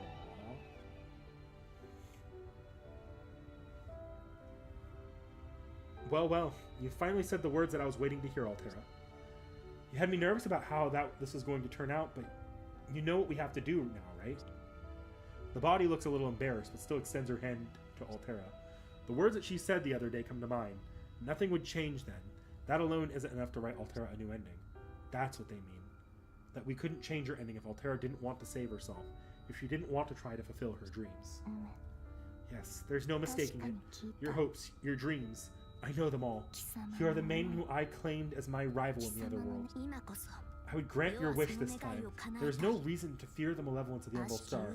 My praetor and I shall use the regalia to save you. What is it? あり Hey, あり Ankle? どうしたのだ What is 突然 this all of a 昆虫 sudden? 型のエネルギー Ankle, I see no tiny foes around my feet. ありがアリが Onkyo? Might be someone's name. Could it be a new servant of the Emerald Star? Okay, I can almost buy that much of a misunderstanding, but come on! Saber, you know what she's trying to say. なんだ奏者 What is it, my praetor? Your face seems to say this is no time to jest, but I have made no jests here. あり Thank you, Saber. 感謝を I would like to express my 述べ gratitude. る I now know that there is 私 someone たち who のあり方 understands をそ us. れだけでも十 Even 分な that く is らい enough だ for us, so ありがとう thank you. How adorable. I never imagined you were capable of such cuteness to make me feel this way simply by thanking me. 奏者よ My praetor, never in my life have I wished for any brothers or sisters, but I'm beginning to think that having a little sister would be most agreeable. Saber, I understand how you feel, but we have things we need to do first, right? Yes, yes, I'm aware. After all, I'm only as good as my word. 二言なく I still stand by that word. I intend to save you both. In order to do that, I believe we will require the Sword of 大 Mars. 切な宝具で I あ know る how が precious your noble phantasm is to you, but might you lend it to me?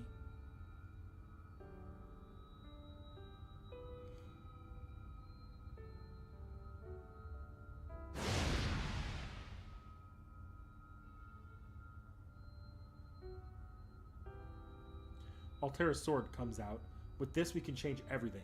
But just as that confidence begins to set in, I feel like I hear a voice. Thanks. I'll leave the rest up to you then. Why do I think that's Liz? I can hardly believe what I'm hearing. Oh no, that's Hakuno. Okay. マスター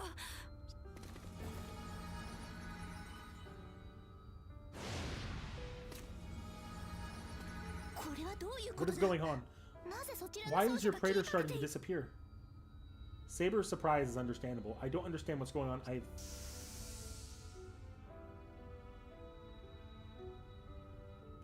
No, I get it. It makes complete sense.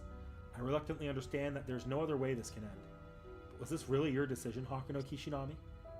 待って Wait, 待ってくれ please 助けて wait. ほしい Please, Saber. セイバーの Hakuno マスター Kishinami. 私を Save my 私を master. マスター They can't. It's impossible. Even by the standards of everything up till now. Come on now. We've bent the rules more than we should have been able to several times already. We can't have everything, right? Let's be reasonable. Wouldn't you say so, Other Me? You of all people have to know that this is the natural conclusion here, right? What is the meaning of this, my praetor? Her praetor has suffered nary a scratch, and yet... It is time. Right about now is the time when Altera defeated Sepher in the other world. This is when I vowed to myself that I would save Altera, when I set my record back in time. As a result of that, the ending changed. We changed destiny. But in order for that to happen, one thing couldn't change at all. And that's the irrevocable truth that I'll disappear at this very moment. It's a fixed point in timeline, no matter what kind of tricks I pull. If I don't disappear, it means I never set the record, or survived sending it, which isn't true. That would cause an error, so this is what happens instead. In other words, this is something we have to accept. I chose this fate when I sent the records. It was the only way. Even if I did survive somehow, I'd end up merging with the other me, and lose who I am anyway, so I'm glad I made it this far.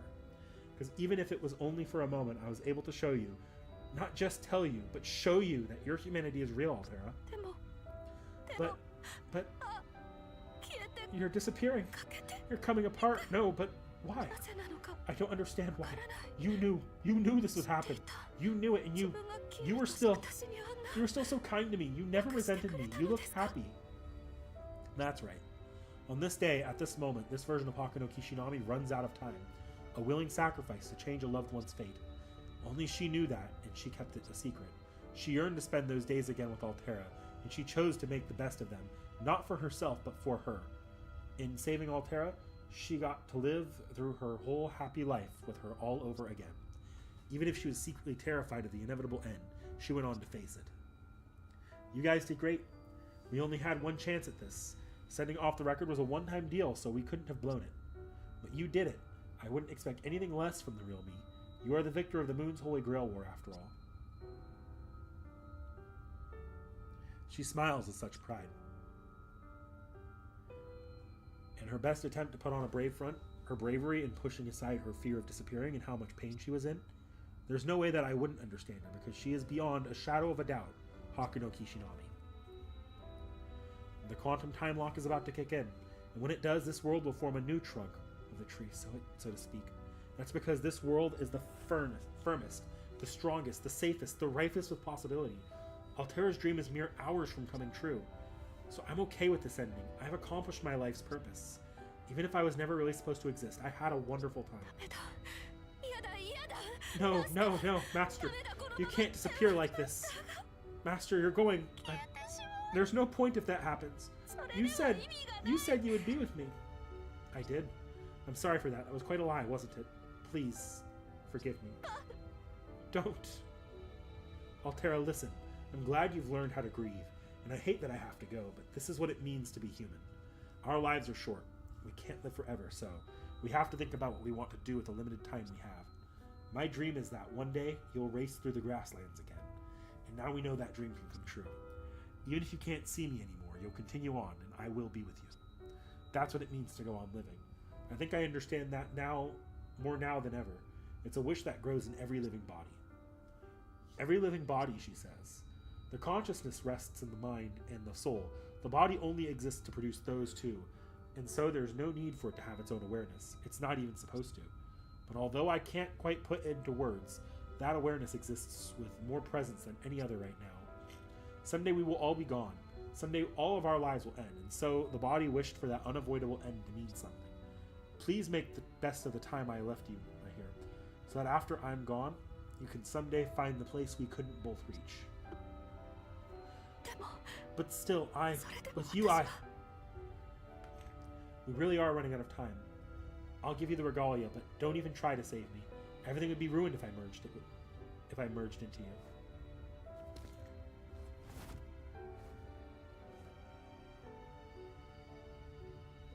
I know. Now that the mind and soul are united, my temporary spiritrons have stabilized. Even without the body, it's probably even possible to make a new body and merge with that. It's just that there can't be two of the same existence. The complete Hakuno Kishinami cannot be created until the woman in front of us disappears from this world. You fool! Then what was the meaning of it all? What was the point of everything we did? I know well your determination. I know your final dream. This is why I took up my sword. My praetor, no, the Hakuno Kishinami that stands alone. I long to see your dream because I was so dazzled by its brightness. And yet this cannot be. I cannot accept an ending like this. Even as I fretted at the sight of you and Altera joining hands, I still saw the beauty in it. I would fall in love with you all over again. I don't have any memories of you, Saber, but I'm a little jealous of myself. そうだな Yes, I share your その sentiment. 通りだ This heroic spirit swayed us with her 私 sword た and ち her は words. 二人とも She is fierce この indeed. 世松がいい Don't move, my prisoner. マスター I won't let you have the last word. 言われっ Here ぱ at the なし very では end, 私 I も will have my 悔しい fill of complaints. You really want to go out on that note? そうだと思う Of course I do. こ What ん can な I do but 勝手な complain about a マスター master who goes off and に does 文句 this 言 sort い of thing ないがあっ alone? たから So I'm going to say it clearly. I'm going to say it. Yes, my days with you were 楽 truly しかった enjoyable. To be together with someone, to be by 誰かと someone's 共 side, に it あ was る incredible. 他にも There are many 本当は other things I want to say, but 言い there's たい no こと time. で会えたのがお前で I am happy that it was you who 続 went. いていくことが You 生 said きる that こ to とだ live と was to continue on, お前 but the は true 言った meaning of life それ lies が in moving それ forward. を私も I will live by those words as well. Even if I forget who I am, I will never forget you. Even if this body of mine crumbles, and even if this dream of mine disappears before ever coming true, I will always give thanks to you, my master. Thank you. Goodbye, master. I wish you a great journey. Yes, thank you, Altera. Well then, time to finish saving you.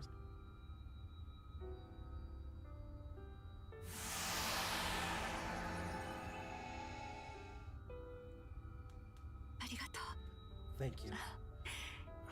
To think those words were once so unfamiliar, and yet all I've done here is repeat them again and again. It's not a bad thing to be able to say thank you to someone. To disappear as someone at your side. Altera, why? Don't tell me you're going to disappear as well. Yes, the Avatar cannot hold together without a master. This dream ends here. Then in the end, my praetor and I... No, you're wrong. You saved both of us. I'll simply return to my mainframe. I'll remember this day, and I'll find a way out of that cavern. But first, I want to tell you both something. Thank you. Did I say that correctly? Altera, no. You cannot disappear yet. It would be unforgivable. Unforgivable. It's thanks to you that I'm not as scared of this as I was before. For you two to be at my side, even in the moment I crumble away, I'm lucky not to be alone. And also, I felt that, Saber. I felt it, Saber. When you said you would save me, I experienced something for the first time. In that moment, the fear that consumed me, the anxiety, I was able to forget all of it, if just for that moment. I think that feeling must be what people call hope. The Sword of Mars. Yes, the sword I wrenched from the god of war. This represents the power that was once mine. It is the proof that I was who I was.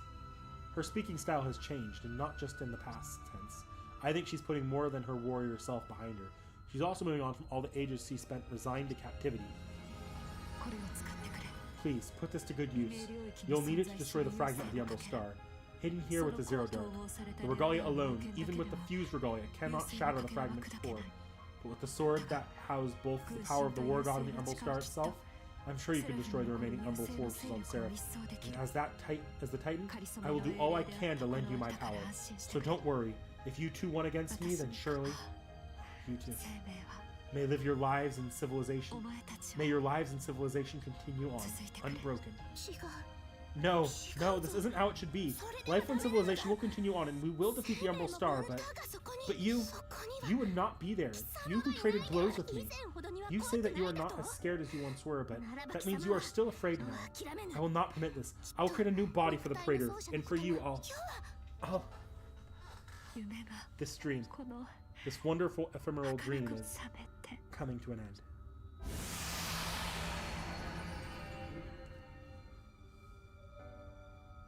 The white flower disappears. Her temporary cyberframe crumbles away, returning to the Titan. The scarlet frame, the hand of the Emperor of Roses, cannot reach her. I couldn't hear most of her final words, but even so, I know what she said because it comes so close to what I heard in the record. It was a wonderful dream.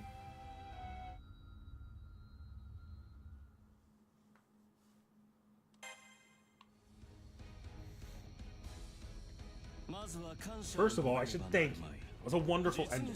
This must be what people mean when they say a burden's been lifted. Okay, fucker, we're kicking your ass. A burden. Lifted from you, Archimedes. You saw the end of a hero and you felt relieved? I did indeed. After all, this is the first time that my plan has gone off without a hitch. And at the same time, this is a suitable conclusion. Thanks to that other Hakuno Kishinami, the Regalia is complete at last, and the would-be hero Altera is gone as well. Greetings, esteemed Emperor, and the Moon Cell's chosen master. There's no way I could have forgotten your voice, let alone the sight of you. I knew we should have taken you out the moment we first met you. From the timing of your appearance, the way you were talking, I can only assume you were watching us, weren't you, Archimedes? You were here all along watching everything, weren't you? The fight between Saber and Altera, the words that Saber spoke, the woman who entrusted her hopes and dreams to the past, no, to herself in the future. The tears of the white maiden Altera as she disappeared. That man watched it all and laughed in the shadows. Just so. And yet I think you expect too much of me. Is it so reprehensible to find joy in calm? Who would have laughed at that? It was truly an outstanding spectacle. This may surprise you, but mathematicians can enjoy the arts as well. Now let us speak. Such a farce. You wanted to save that thing? Its wishes, its hopes? You expect grief from a killer and a slave? Oh, thank you, your excellencies. You have taught me the very essence of comedy. Laughter is born from incomprehensible foolishness.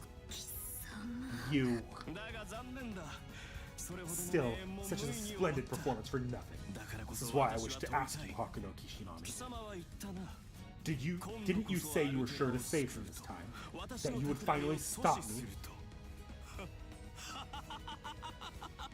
Ah, I laugh like mad, but my mind is clear. You boasted so loudly, and yet this is the result of your efforts. Did anything change? Anything at all? The same disastrous end still awaits you. You reached an understanding with Altera. Oh, I suppose I'll have to give you that, you know. I'm actually impressed. Even a Greek tragedy would not have gone this far. Your Deus Ex Machina came through for you, but only to bring your downfall. How ironic. You spoke with Altera, were entrusted with the Sword of Mars, and gained the sleeping Sephir, the mainframe of the vassal, as an ally in me. You imbecile! I've already taken care of the mainframe, and it's all thanks to you. You've taken care of her? Did you do something to Altera sleeping in that cavern? Indeed, truth be told, Sephir is nothing more than an obstacle to my real plan. As long as she exists, I cannot control the Arc of the Stars. Oh, Jesus Christ. Sek, you coming in sharp.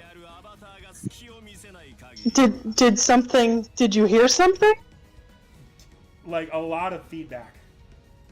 Oh, hold on. It's better now.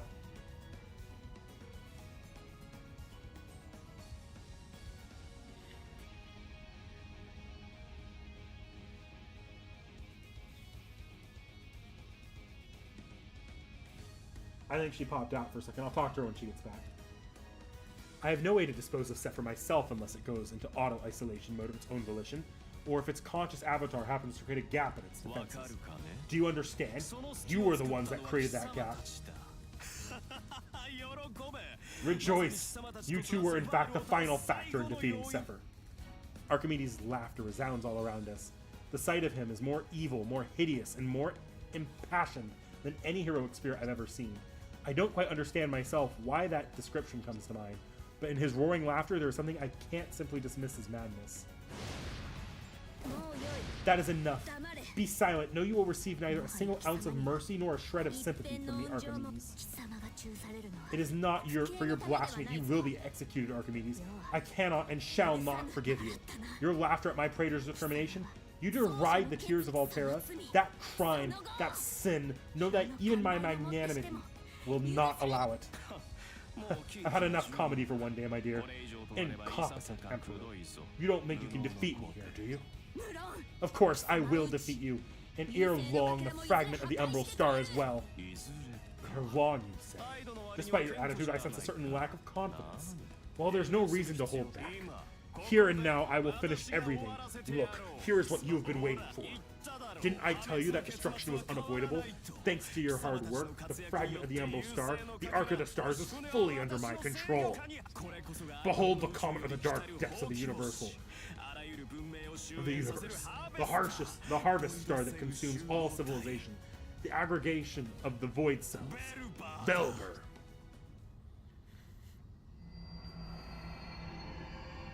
Any better? Oh, much. You're also coming in really loud before. You're coming in much better now. Yeah, well, I thought I'd join on my phone, but I think we've been told time and time again now that does not work. I was trying to avoid turning on my laptop. Fair, fair. A single foreign body appears like a jewel in the starry sky. The aberration makes a strange noise, scraping away at the atmosphere with unnatural thunder. I see a vast shadow. My blood runs cold just from looking at it. For a moment, I'm deluded into thinking that the falling shape looks like a teardrop. It's falling. From the vacuum of space to the inner atmosphere, it's falling. It's unmistakable. This is the root of everything. The vile star from outer space. The fragment of the Umbral Star. Velber. Have you already set it into motion? そうと Indeed, I will reenact its descent to this moon, the birth of the Zero Dark. I needn't even rely on Sephiroth to destroy all civilization.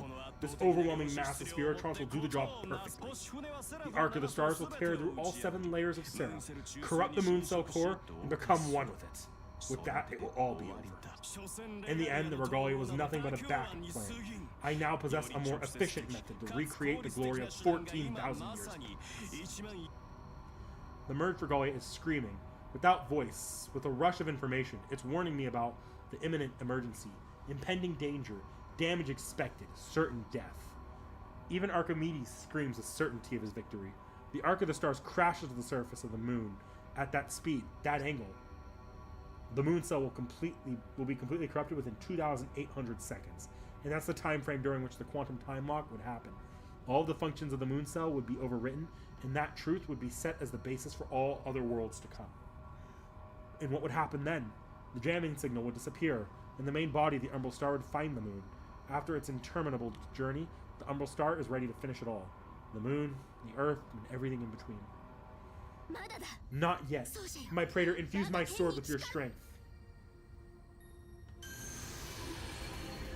Archimedes is controlling the Arc of the Stars. If we defeat him, we can turn it aside.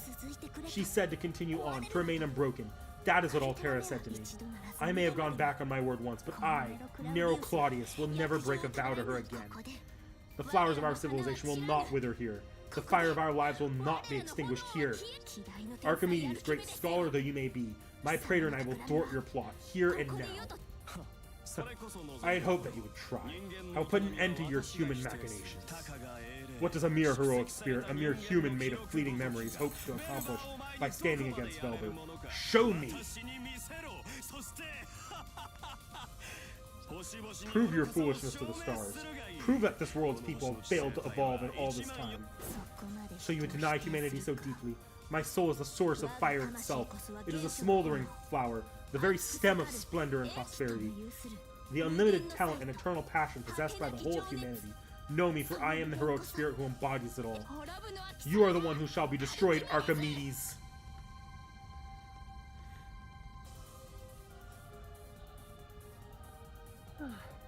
I'm back. Welcome back, Seki. Apologies, I was out for dog-related issues. Did this one break your other ankle? No, oh no! It made me want to break the ankles of the next door neighbor. Yeah.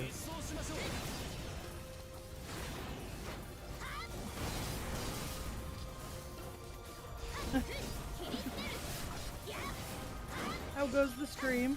Good, I'm almost to the final boss. Oh, nice! I'm probably not going to stick around for that long. Just wanted to pop in and say hi. I had originally planned on joining you, but I got very caught up in a new book. That's fair.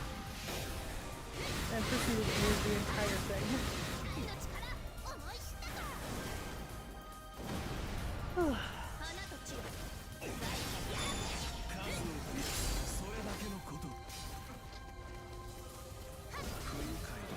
I mean, that's just as you do, right? Get a book, read the whole thing. That's very Seki. I mean, Classic yeah, it was Seki. only like 600 pages. Only 600 pages. Only. That's practically an easy afternoon for me. I started at like 2 p.m. Although I did get distracted a bunch of times in between.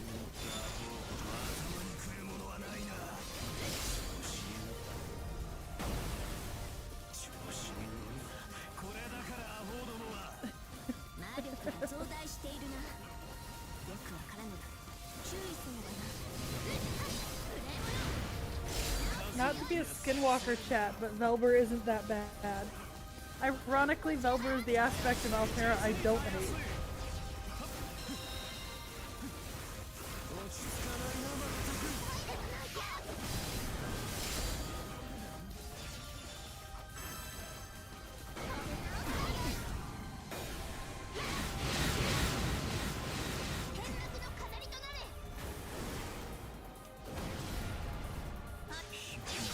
Eat shit, Diet Kirei. Go back to Timu. I feel like you're very, very scarred by T.E as an existence. Maybe a bit. You ordered something off T.E and been disappointed, or is this just principled objections? Principled objections. Oh, okay. I mean, I've never ordered something off T.E, but that's because I heard that, ironically and amazingly, T.E is actually a bigger scam than Wish. So, you know. Ugh. To think you would be so powerful. Who? What is this, Nero Claudius? Haku no Kishinami? What are you two? The combined power of the royal authority. How could that alone grant you so much strength? I hold the answer to all things. I know how much mana you have, the value of your spirit core. My knowledge is perfect, complete, an unbroken circle. Accurate and precise to the last detail. I pulled exactly enough energy from the Umbral Star to destroy you, to put it into my noble phantasm. And yet, Scholar, I know exactly how to describe the type of man you are. You are nothing more than an armchair theorist. What did you call me? You heard me. My talents are unlimited. There's no end to my passion, and it shines brilliance everlastingly. This is the power of a mere heroic spirit, the power of the spiral of life, the unbroken chain of memories. You underestimated us, Archimedes. You say this power can stop me? No, that pertains to this universe, and the Umbral Star is even greater than the law of the stars. You have not yet won. Do not rush to conclusions, tyrant of roses. Look to the sky and know that you have accomplished nothing. It still continues to fall. My praetor, could we use the Regalia to take control of the Ark? I've been trying, but I can't. Although I can access it from the outside, its internal schematics are too different from the moon cell, from the Earth's body of knowledge. I can't even alter its trajectory without analyzing its systems first. And the Regalia estimates that analysis would take 10 years. We've barely slowed its descent at all. With or without Archimedes in the picture, it's still racing towards us. Its sole purpose? To devour the moon and the Earth. We must stop it. We must, but... To stop it now, we would have to destroy it entirely. But is that even possible? We're talking about a hyperlight spaceship made of unknown alien tech. The mass, the size, the sheer dimensions of it. To fight something on that scale, we're not on that level. We would need a long-distance attack or a skill capable of conquering the sky itself. Even if we recruited someone with that kind of ability, that would only be the first step. We would then need enough firepower to smash through its outer armor without the Regalia. Do you understand? Choke on your impotence and die in despair. Nothing can pierce Velber's shell. The simplest technologies of this Earth cannot destroy a structure of alien design. That is beyond question.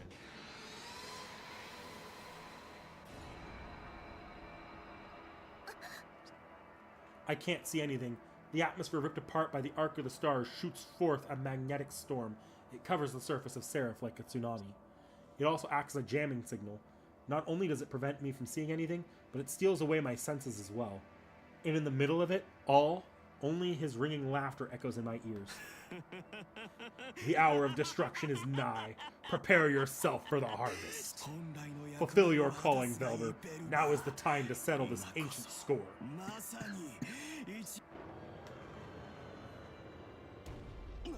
What? What? What is this?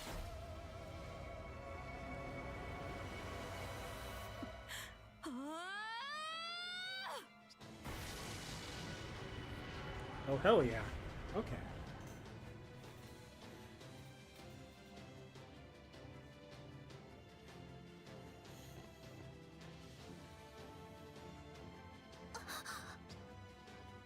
A giant goddess? A flash of white rushes through my heart. A brightness that feels like the light of the stars. My eyes take in her form and nothing else. Despite the jamming, I can see her in all her greatness. As my eyes absorb the visual data they can, I immediately recognize a human shape. Then a fist, its mass undeniably huge. Its acceleration is overwhelming. If we were on Earth, the impact would have been like a meteor. And like a meteor, the force of the strike comes roaring. It terrifies me to imagine how much that strike could have damaged Seraph, but I don't feel a single bit of fear. I feel from the bottom of my heart that this is something to applaud. A direct hit. The arc of the stars can't evade it, and never could have. The tremendous mass has no recourse as it plummets towards the center of the moon cell. The colossal white form shines with a heavenly light. like a sun breaking through the dark horizon, like the hopes and dreams of humanity given shape. That single strike of hope puts an end to 14,000 years of destruction, subjugation, and solitude. これは This is... No, you are. Altera, not Sepher the White Titan. What? I sealed you away completely. So how can you move? Why can you move? Sepher, you would meddle with not only as a servant, but with your mainframe as well. You would rebel against me, against the Umbral Star. You were made from the Ark. It gave birth to what you are. But how? How did you escape my anti-fortress binding noble phantasm?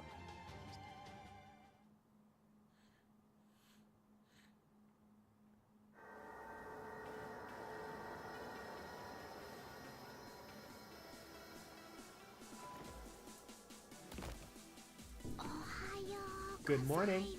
Time to rise and shine, my dear Altera. Are you up? There's no way you'd be awake now. I found you. Sepher the anti-self. All poor, pathetic now. You're doomed to this world, too. Well, it seems like you got pretty far this time, but to think Archimedes would seize the chance to seal you away. Whatever happened to the high and mighty, all-powerful, supposedly undefeatable anti-self? Was your head filled with visions of the squirrel? Honestly, you were just doomed from the start. You really remind me of someone you know. Last time you disappeared first, and then this time, you lost your squirrel. Hey, tell me, how do you feel with that whole bleak future ahead of you? A romance between monster and human? I was expecting a little bit more from you, but whatever. If you're gonna stay asleep like this. I'll take the power of Sepher, just as planned. You know what they say about life. Out with the old and in with the new. Me, I feel like I'm always brand new.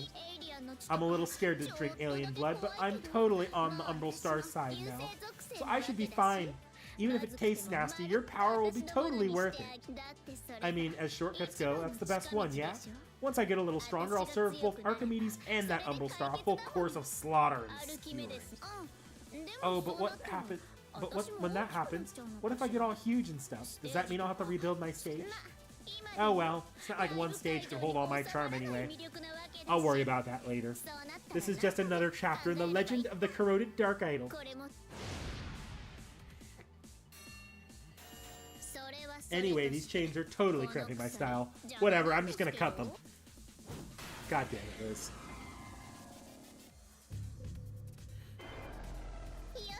Good, now I have full access to her body. All I have to do is suck her blood and make her my slave. But where should I bite her? I mean, she's so huge and her neck looks super tough. And her chest may be totally flat, but it looks rock solid. Maybe I should try the upper arm. Or maybe I'll just slit her wrists and have a little taste from there. Oh, why is it all dark? Oh god, she's totally glaring at me, isn't she? Did she just grab me? I suppose I should begin by thanking you, Elizabeth. I owe you at least that small courtesy. Am I getting punked? No, I was totally joking. I mean, come on. Weren't we fighting each other? So I figured we could kiss and make up. That is true. You and I are the same. We are both monsters, and so I'll let you off with this. What did she do to Liz?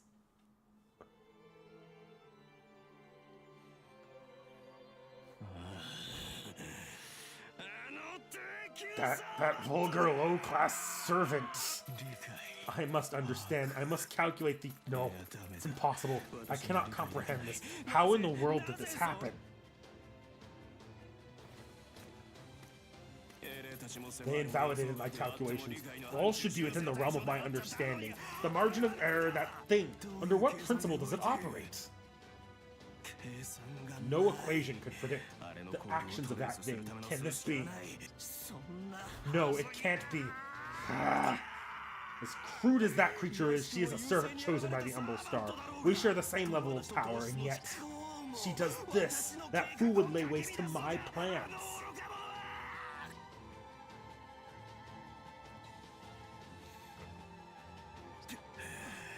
Fine. I have no choice but to unleash the last resort.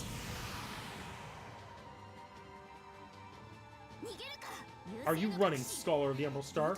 We've yet to settle matters between us.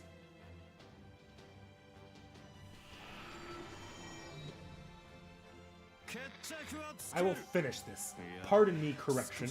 I will finish everything. The Earth is shaking?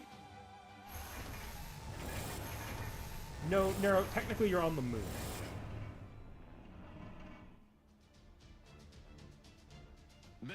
I have confirmed the system reboot of Velber 2. Engines at full throttle. Engines at full throttle. Maintain the ship's current position. Increase propulsion power to its theoretical maximum. Full speed ahead.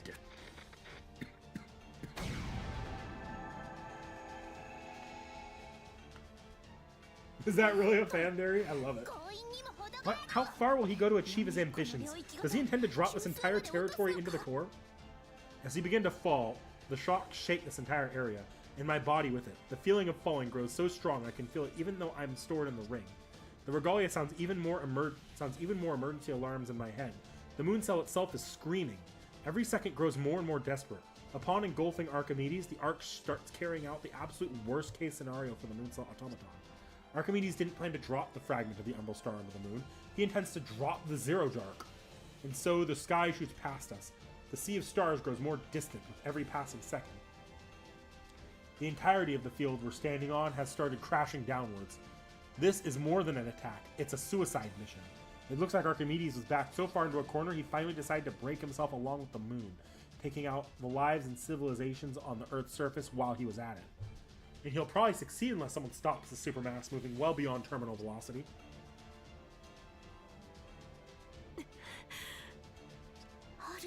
Altera, you have my thanks for delivering the decisive blow. See that while we were fighting Archimedes, you were fighting as well. For you to deliver such a brilliant strike to the being that once bound you, I have witnessed firsthand your determination, your will.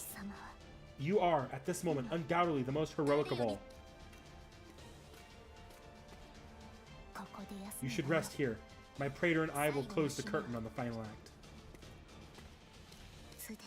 I already possess the means to descend. The power I now wield is not my own.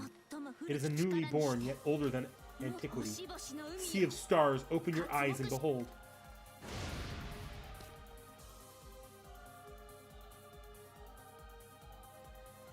Saber is facing off with the fragment of the Emerald Star.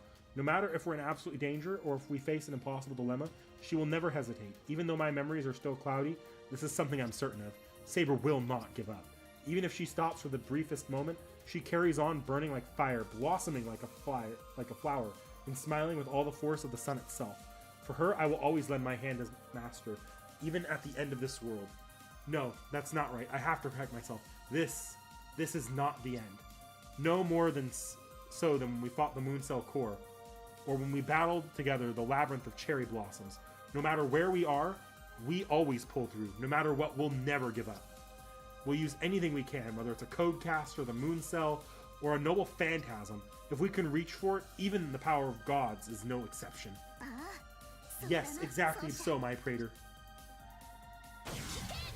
Oh, you who exist in the far-off age of the gods, lend me your ears, the Empyrean, the gods of Olympus. Now is the time to bestow your strength. Using the sword of Mars, the catalyst, turn my talents and passion into fire and give me a heavenly form.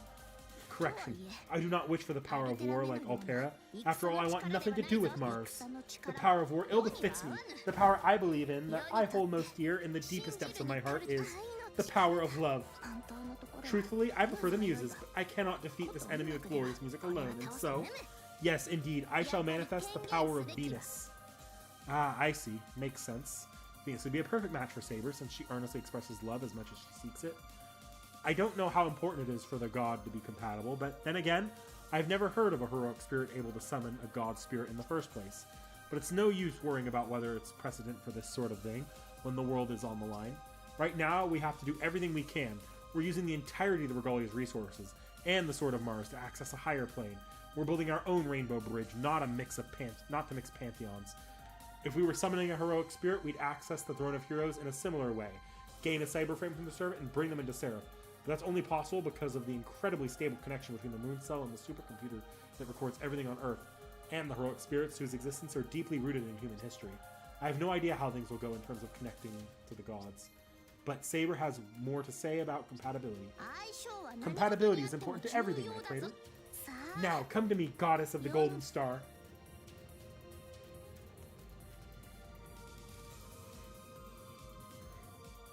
I will allow you to lend me your power here. Now is the time to unleash that vengeance you've desired for 14 millennia.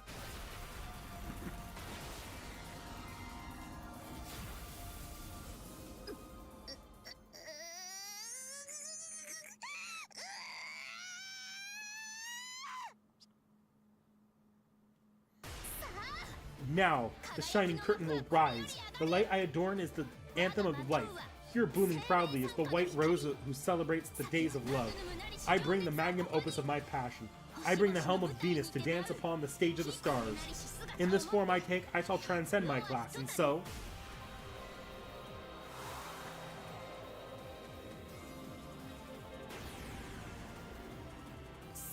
Saber Venus, the miraculous heroic knight. I am she who races across the skies. Saber Venus, putting the speeding stars at her back. My saber appears before me as never before. I don't know what kind of goddess Venus is.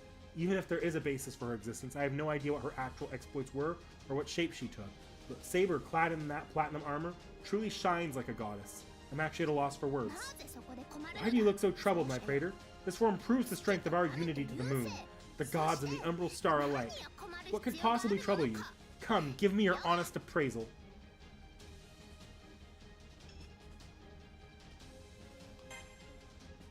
The sight of her really is too much. This is a better time than ever to be inside the ring. I'm at a level beyond enthralled or even entranced. What do you mean?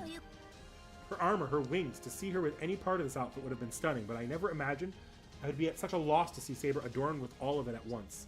I understand now, for the first time, how deadly a weapon of beauty can be.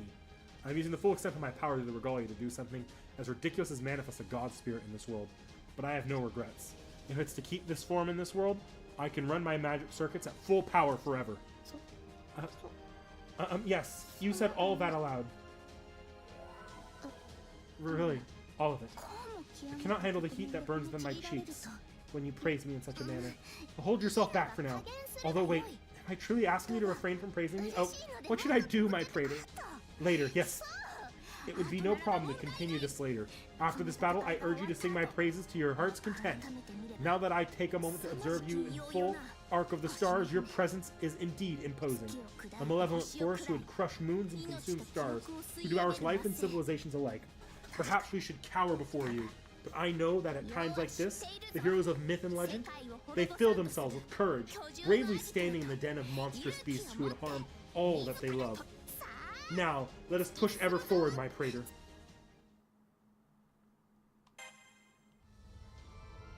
Let's go! Super fight.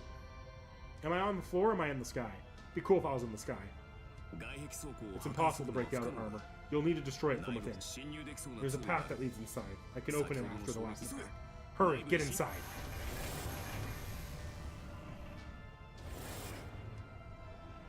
Oh, I think I'm on the floor.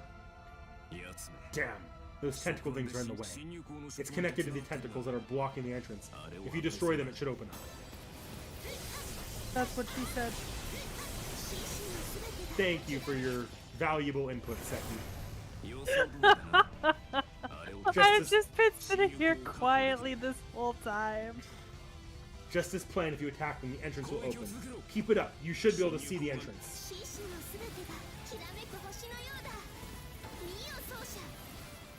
Oh, I get it. Okay.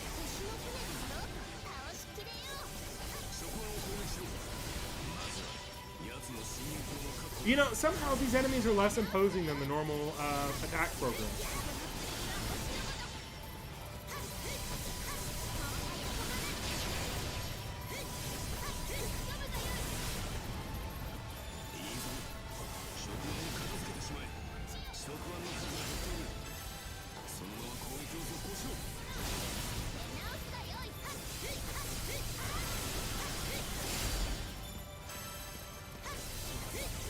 So, how's it going?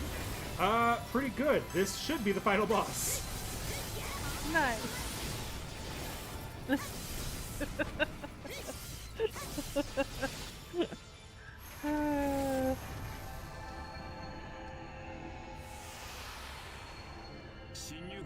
The entrance is open.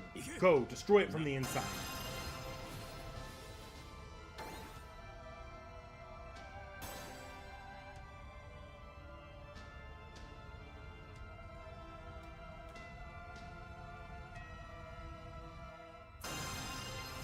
Oh shit, I'm playing Star Fox. What the hell? Ouch. Oh dear.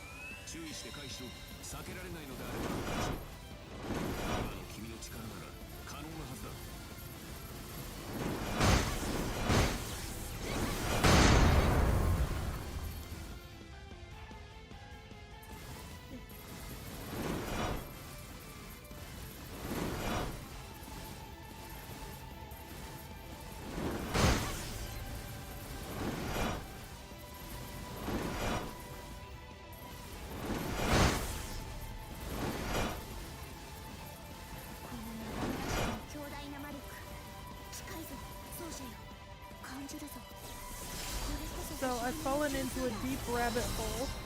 What did you fall into? Hermitcraft. Jesus Christ. I've already finished watching 3 perspectives for the current season. There's more than one core. Destroy the second one, Saber.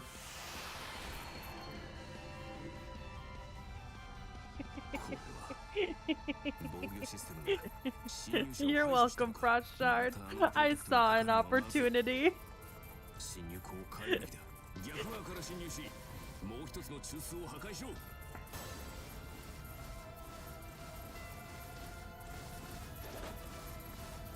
How do I move to the other side, though?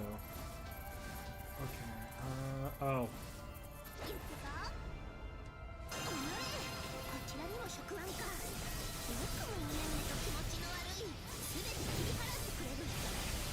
I'm just a bit thankful that this doesn't seem to operate under Sonic Adventure 2 logic, where there's an actual time limit to this fight.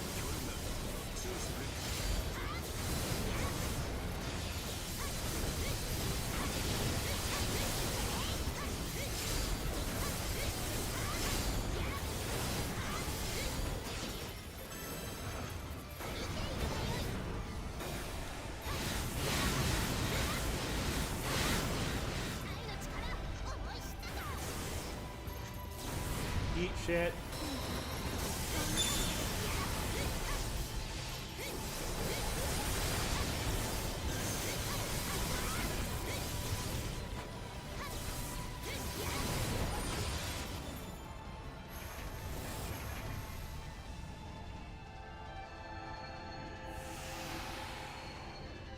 I'm gonna go get that possibly a healing item. Great job. The entrance open. This is it. Are you? No, there's no need to insult you like that. Actually, no, I'm not ready. Now I'm ready. Yeah, I can grab this too. And what's in you? I don't need that. Okay, now I'm ready.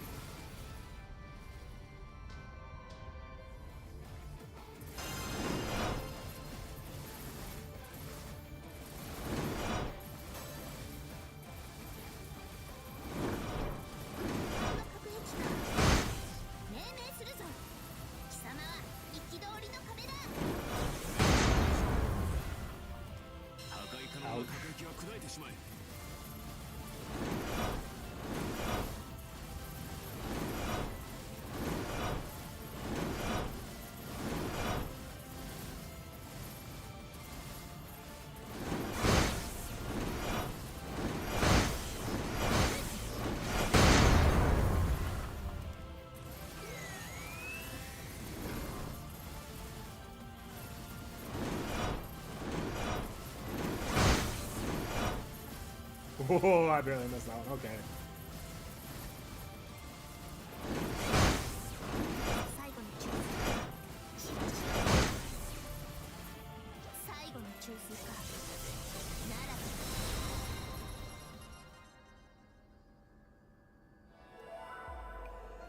Yeah, I should have healed.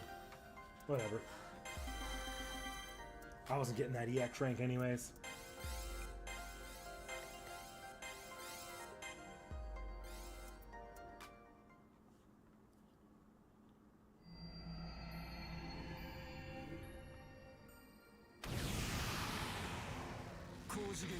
A convergence of mana from a higher plane, but the matrix computing function of the arc is on the same level as the moon cell. Analysis complete. Shield set for complete multi-dimensional defense. Even if this is your ultimate play, I will completely deflect it. Let loose your attack. I will obliterate your hope along with your arrogant Saber Venus. Don't make me laugh. It is you who will be obliterated, scholar. To continue to evolve as the face of unchanging.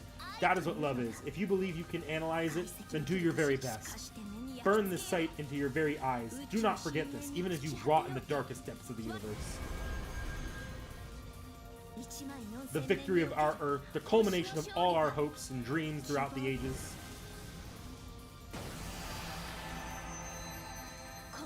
The fruit born of our efforts, of our life and civilization. From the stage resplendent with flowers, I dedicate this to the skies of the far-off Stella. Behold my anti-star noble phantasm.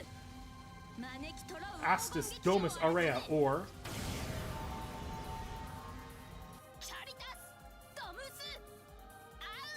Caritas Domus Aurea, the Aurora Theater of Delirium.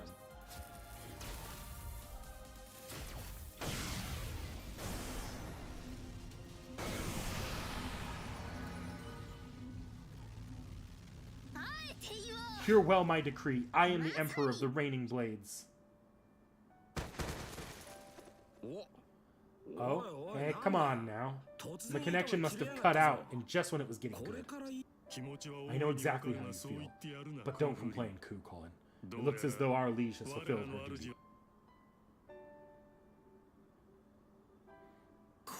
This. You have done well, my sovereign. I am proud of you as as the one who guided Leo's journey. I've confirmed that the enemy has gone silent. Not only has it ceased movement, but its cyberframe is starting to disappear as well. Not just any enemy. Looks like all of the Zero Dark is coming to a stop. You've even gathered the gods on your side. I'm impressed, Emperor.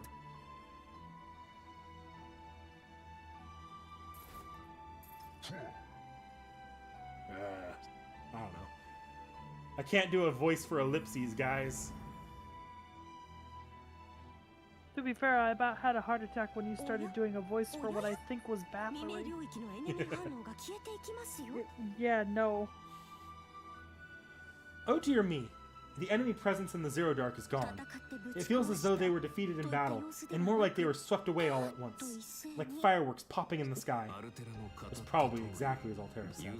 All the Umbral's forces in the Zero Dark would be automatically recalled in the fragment when the Umbral Star was destroyed, so what? It means we're victorious. The Umbral Star, having lost its objective coordinates, will wander into the blackness for the time being. Oh, heavens me. So that means Miss Saber has destroyed that thing after all.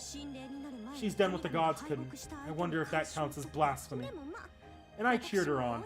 I left the impossible to someone too stupid to know it was impossible. That worked out well. I still have words for her for attempting to usurp my perfect wifedom, but still brilliantly done. They earned their victory for sure.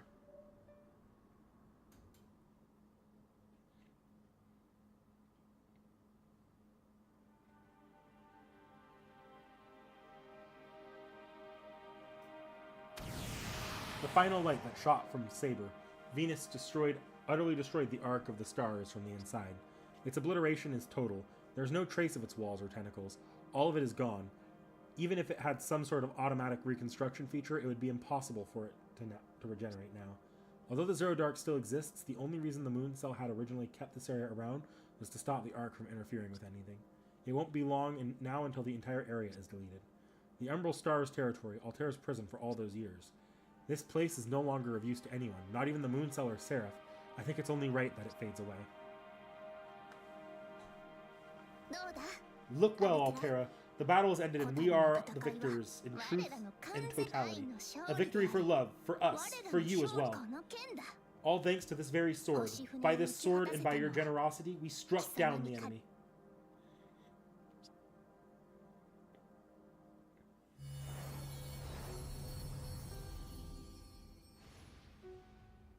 They're particles of high-density spiritrons that formed Titan Altera's cyberframe. She's crumbling. This is the exact scene we saw on the record. The Titan continues to fall. Everything that formed the person she was, her mind, body, and soul, everything that tied her to Seraph is disappearing. She's crumbling. She's crumbling. It's as if tears are raining down. Not the tears of the great goddess who saved the world, but the tears of the heavens shed by the stars that watch over us. They pour upon us endlessly. No one can stop these tears from falling. The cyberframe, having lost the mana needed to live, falls to the Zero Dark as a deluge of inorganic mass, and then, bit by bit, it disappears, all while sparkling with the ephemeral, glowing lights of the spiritrons. I know why this is happening. We're the ones who made it happen. We should have known that if we destroyed the fragment of the Umbral Star so deeply tied to Altera, she too would be destroyed. The Ark formed the basis of the Titan's existence. With the Ark destroyed, the results were inevitable. But still, do not cry, my praetor. Though I see no tears upon your cheeks, your expression is unmistakably one of lamentation. Yet this scene calls not for sorrow. I pray you, banish your grief, my praetor. Saber's actions reflect her words. There are no tears on her face, not a shred of doubt. Why? Even though she stands before this overflowing endless rain that cruelly accelerates the torrent of debris. Her golden hair is swaying, her emerald eyes sparkling like jewels formed by her burning passion, quietly watch over the crumbling Altera. It's not that she doesn't see what's going on. Saber is surely seeing this with her own eyes, so why is she smiling? Look, my praetor. No one else in the world can bear witness to this. You and I must see it through until the end.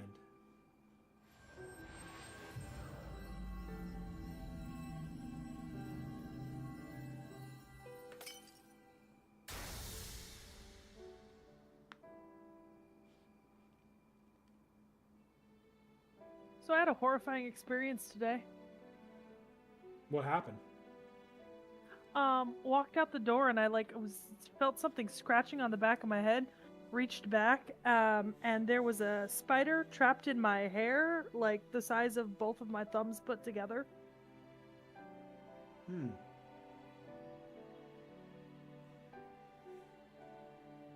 And did it? Huh? Is that it? Well, I almost died there on the spot. Horrifying. Through the cracks in the core of the cyberframe, I see a little girl. She's dressed in white from head to toe. Her eyelids part just a little, revealing eyes that burn as red as the stars. It's Altera. There's no mistaking it. There she is, younger than before, but lying right there. The Titan continues to fall into ruin around us, and yet, for a moment, I can barely comprehend it. All I can do is look back at Saber. And then finally, I get it.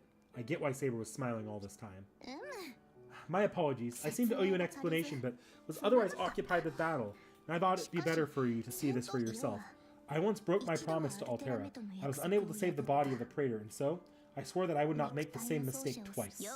I destroyed the Umbral Star and severed the command line that linked it to Altera. The might of Venus does not exist to defeat one's enemies. It exists to save the ones you love.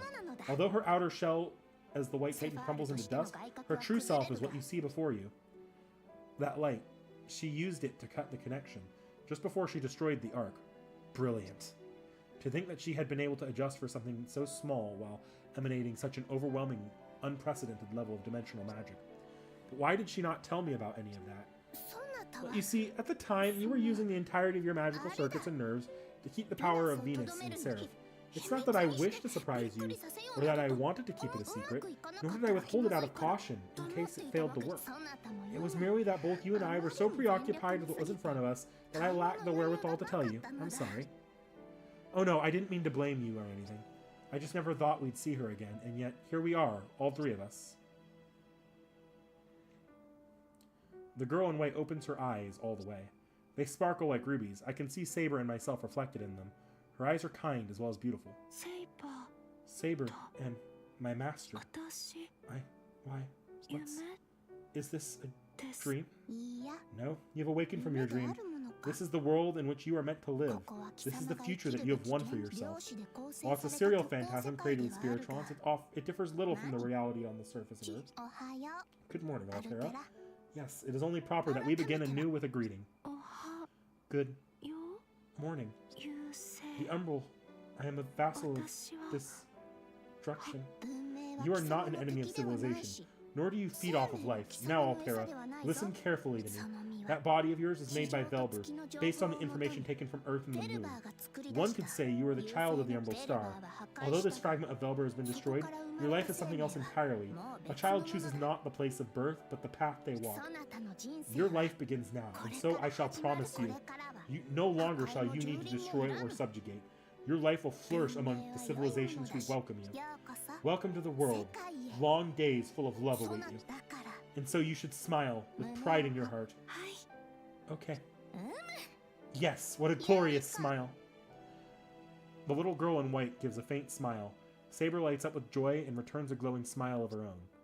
I feel a smile forming on the corners of my mouth as well. Even though we were fighting for our lives just a moment ago, there's nothing but happiness here for us now. Who should I even thank first? Saber? Altera? After I figure that out, I should use the regalia to see how everyone else is doing. I need to make sure that nobody's been hurt and that Altera's rebirth hasn't caused any side effects. Of course, I haven't forgotten about Castor. I need to thank her for keeping our home safe along with Archer and the rest. I have something I should tell her in particular too. I need to give my thanks to the 7 servants who supported our cause. Following that, we have to search the entirety of the new Seraph. We need to suppress any rogue programs, whether they're tied to Umbral Star or not. We need to find NPCs and escort them to safety, and begin the search for any remaining masters. Oh, there's so much to do. But for the time being, for the 2 girls in front of me... Master. Good morning. What are you standing around for, my praetor? Say something to her.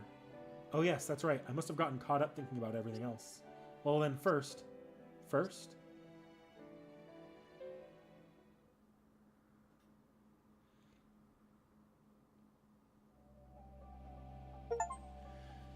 Oh, that's the game. I still need to know what happened to Liz, but I'm sure that maybe we get that in a post-credits scene. Oh, okay. Hey, look, you didn't have to go till midnight. No, I didn't. Oh. Nice. That's what I thought, Tacos. That's why I'm not giving my thoughts on the game as a whole. Because I know there's still one last chance for the post-credit scene to pull out, I don't know, Assassin from Samurai Remnant and completely ruin the game for me.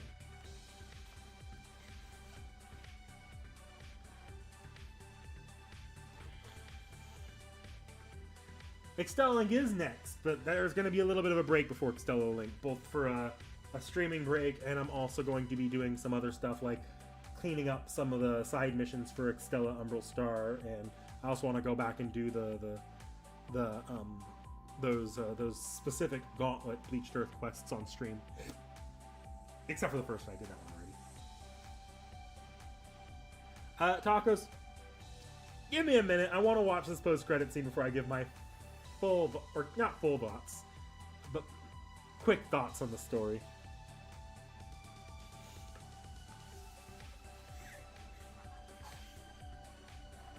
Ugh.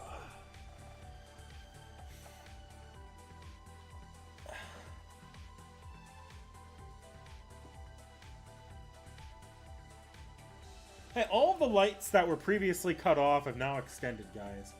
Is that supposed to have happened?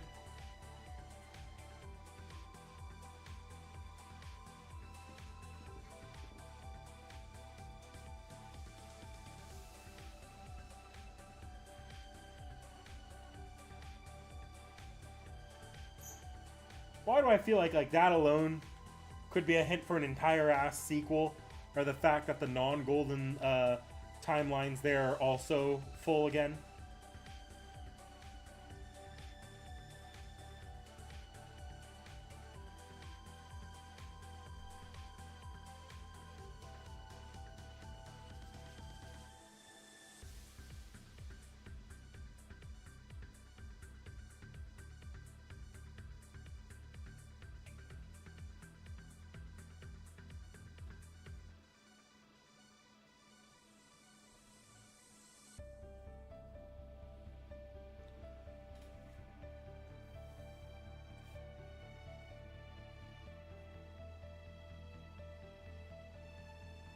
Yes, I'm aware that the sequel takes place in a secret other timeline. I hate Type Moon continuity sometimes. I really hate Fate Extra continuity, guys, by the way. I don't know if I've ranted about that before. I fucking hate Fate Extra continuity. But Type Moon continuity as a whole is annoying.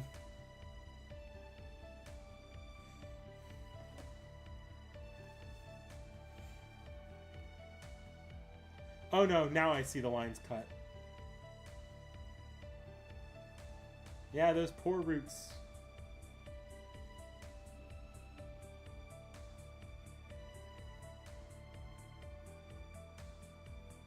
Was that the consolation prize of Tomo? That her root is the only one besides the golden root that didn't get cut?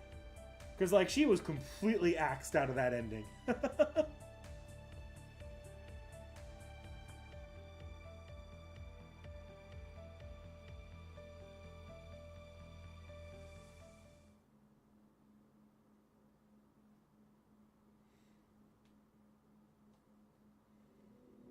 Let's go, post-credit scene.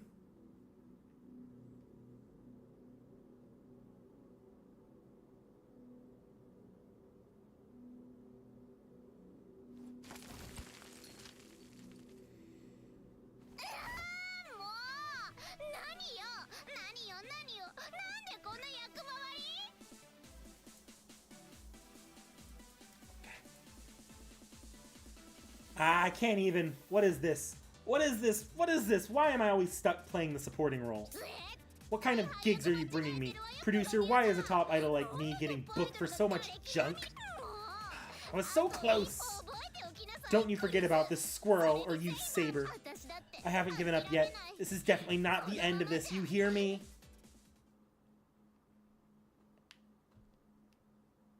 Thank you for your meaningful contribution, Liz.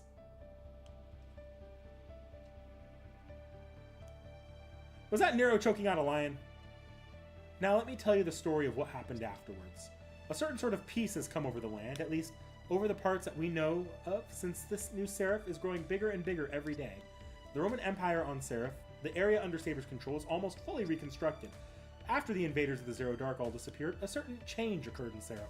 First, the number of NPCs started to increase. I even started to spot some familiar faces. Saber is overjoyed. She calls them her Roman citizens, and has been busying herself with her area's construction. She says she's doing it because it would be uncomfortable living there day to day otherwise. The area was mostly made up of fortresses erected during the war, after all. I can tell Saber is happy as she speaks boisterously about the glory and extravagance that can only be achieved through the efforts of our citizens. Additionally, it's not just NPCs who have increased in number. Surprisingly, we've started seeing more and more humans in all of the territories. Yes, humans. Saber doesn't really see the difference between them, and neither do I, but Caster looked pretty surprised when she told me the news. Of course, many people who come to Seraph are Spiritron hackers who have become wizards, but not everyone is. But not everyone is one, and for some reason there seem to be a fairly large amount of non-wizards too. Saber thinks they're immigrants who have moved to the moon as the environment on Earth is too harsh for them. Of course, the Roman gates of Seraph are wide open. Saber loves to welcome people who have chosen to live in the Serial Phantasm world. It's no surprise. Her noble phantasm is a glorious golden deer just waiting for applause. She keeps her door open for any audience who comes to share in the joy of the world.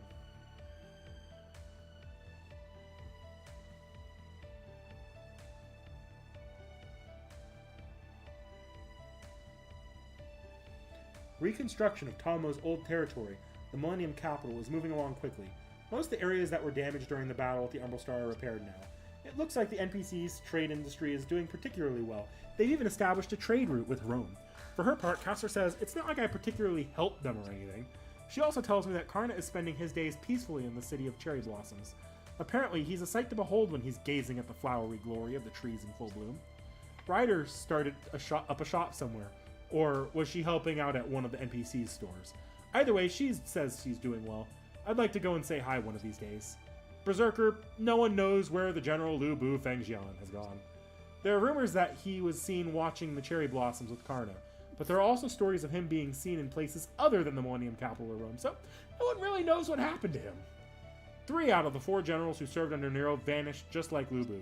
Ku Kulin ran off saying he had someone to find. Sir Gawain claimed he was going on a journey to train himself even further. Ooh, someone to find? Interesting. Is that a Rin hint? Li Xuan left cacaing all the while. All of them set off in different directions, following their own paths in the new and constantly expanding territories of Seraph. Archer stayed behind looking for us, but I don't see much of him. I wonder what he's been doing lately.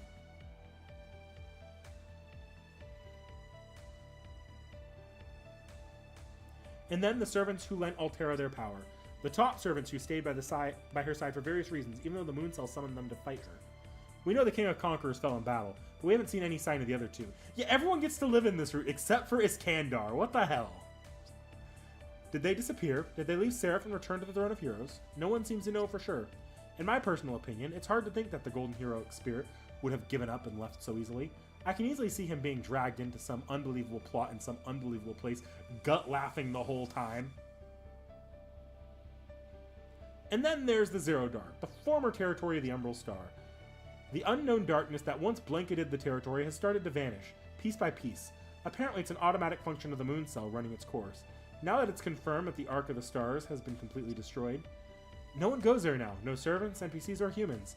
Even all the Umbral enemies have disappeared following the cessation of their functions. I don't think that anyone will ever enter the Zero Dark again. No, never again. That wasn't ominous at all.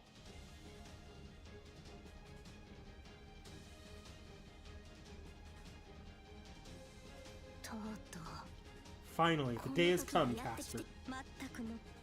I knew it would come to this someday. We'll never see eye to eye, there's no other way. Strange that we can only agree that we can never agree. I agree. And there's two of us, but only one of our beloved Praetor. Perhaps this fate was unavoidable from the moment they merged into one. How did it come to this? I try to think of something to say, some way to calm them down like the ladies they are. Seraph has finally regained peace. Maybe it's never even been this peaceful before. So it's wrong to fight like this. I've told them over and over they are both my irreplaceable servants, but it looks like they can't hear me right now. They're already spoiling for a fight. There's no one to stop them, and anyone who could stop them in the first place has left on a journey of their own. This is awful. Can I really not do anything other than watch? The scene unfolding in front of me is truly the beginning of the end. It's the day of reckoning. It's the day of destiny. The two of the world's strongest, classiest ladies sinking down into a mudslinging contest.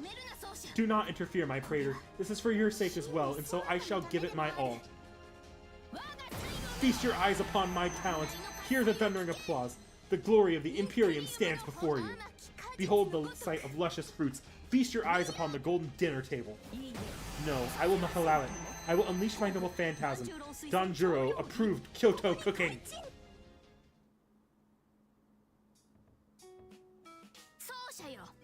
My Praetor, surely you understand. First you will feast upon my culinary delights.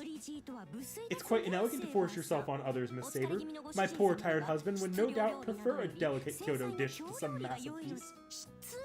A massive feast is exactly what my Praetor needs. After all, my Roman culinary delights are sure to satisfy in both quality and quantity. Excuse me? That wasn't a compliment, that was a Tomo-style insult. Oh, please do not trouble yourself over this, my dear. So it begins. I knew that they'd shut themselves in the kitchen at the crack of dawn, and were fussing over this and that while getting something ready, but I never could have imagined that this would be what they were planning. It would seem the true battle begins here. It wouldn't bother me if this was a normal culinary battle. I wouldn't mind it at all. In fact, I'd be perfectly content to let them go at it and improve their skills to their heart's content. The only problem is that I'm the judge for this. Where's Cuchulainn when I need him? The table in front of me is piled high with the mountainous fruits of their labors, and I don't use mountainous lightly. I can see that they truly put everything they had into making this. Both sides look delicious. Roman cooking and Japanese cooking. Both different, both scrumptious. Oh, my dearest, are you trying to coddle us both? Both different, both scrumptious, is it? Beautiful words indeed. I accept your praise. Miss Saber, don't let your face gloat with such unseemly smile. Even you shouldn't fall for flattery that easily. I didn't come this far to have it end in a draw. It's time to settle who's the perfect wife, the main servant. So here and now it ends. Do not misunderstand me, Castor. I was only expressing my thanks to the Praetor's words. Of course I have no intention of abandoning this fight. Oh, is that how it is? I'm glad, Miss Saber. I wish you'd said that sooner. Oh. Hoo hoo hoo. Okay, I'm not doing the laugh よ again. ろしゅうございます。 Yes, this how exhilarating. This is our greatest battle two women ever fought. Now let us face off. ではご主人様 So, my dear, please begin by sampling my 私 dishes. 水菜と牡蠣と Hot pot of mizuna, oysters, and tofu, grilled unagi, and lightly grilled anago. Mixed rice とれ baked と with れの松茸の混ぜご飯にお吸い物。 matsutake mushrooms and clarified も soup. ちろん。 Naturally, I have some obanzai to rest your palate on. And for dessert, I have a dish called namayatsu hashi. This is my special Kyoto cooking. Now, my husband, please help yourself to these fine Ichikawa Danjiro II approved dishes. I've even prepared seconds. Oh, so even Danjiro would covet this. That is... Are you too acquainted with Sir Danjiro? You aren't, are you? Anyway, this really does look delicious. It smells wonderful. Its fragrance wafts over me. I can tell you spent a lot of time and effort on this. Thank you, Castor. Well then. No, my praetor. Wait just a minute. First of all, I must insist that you taste my dish first. My dishes are equally splendid. This is my special Sina royal cooking. Indeed, only the best wines and the best cuisine are suitable for the royal couple of Rome on Seraph. Excuse me, Miss Saber? Is my husband going to be able to handle that much alcohol? This is where we reap the benefits of Seraph. In light of where we are, I have prepared us a non-alcoholic wine. I could have done that. Tomo has failed. I want to learn from your skills and experience. Now let me introduce you to the dishes I have prepared. A rice porridge, plenty of olive oil, plus golden roasted cheese, and honey on the side. Naturally, instead of using chickpeas, I have added lentils. Bread is also delicious, but as an old favorite, rice porridge cannot be beat. I also have grapes, harvested from a recently discovered forest area. I will cut your slices of roasted Trojan pig myself. Yes, by my very own hand. I even have roasted peacock for you. The Roman dishes Saber lays in front of me, a pile of delicacies like something out of a storybook. I see, so this is the tale of the esteemed emperor. I feel like one of those people depicted in ancient history books. This looks super delicious. It makes me think about the past. There were so many places and so many eras throughout history when Earth's bounty was astonishingly plentiful. My mind almost wanders to all kinds of places. I've made freshly roasted foie gras, and the salt roasted escargot is particularly delightful. Now take this. What on earth? Are you planning to eat snail? What are you complaining about? Fox? You eat bugs and snails all the time. Heavens me, the adorable and charming Palma would never eat a bug. What are you trying to deny the beauty and freedom of the simple fox foraging for food in the wild? Why are you suddenly on Fox's sides? Ugh, what are you even thinking? My praetor, the matter of Fox aside, you should avail yourself of all these sweets as well. I even have honey-soaked placenta for you. Placenta? What the fuck? What? Did that say honey-soaked placenta? No, it's Oh, Tom misheard it as placenta. It's placenta. Oh, Jesus fucking Christ.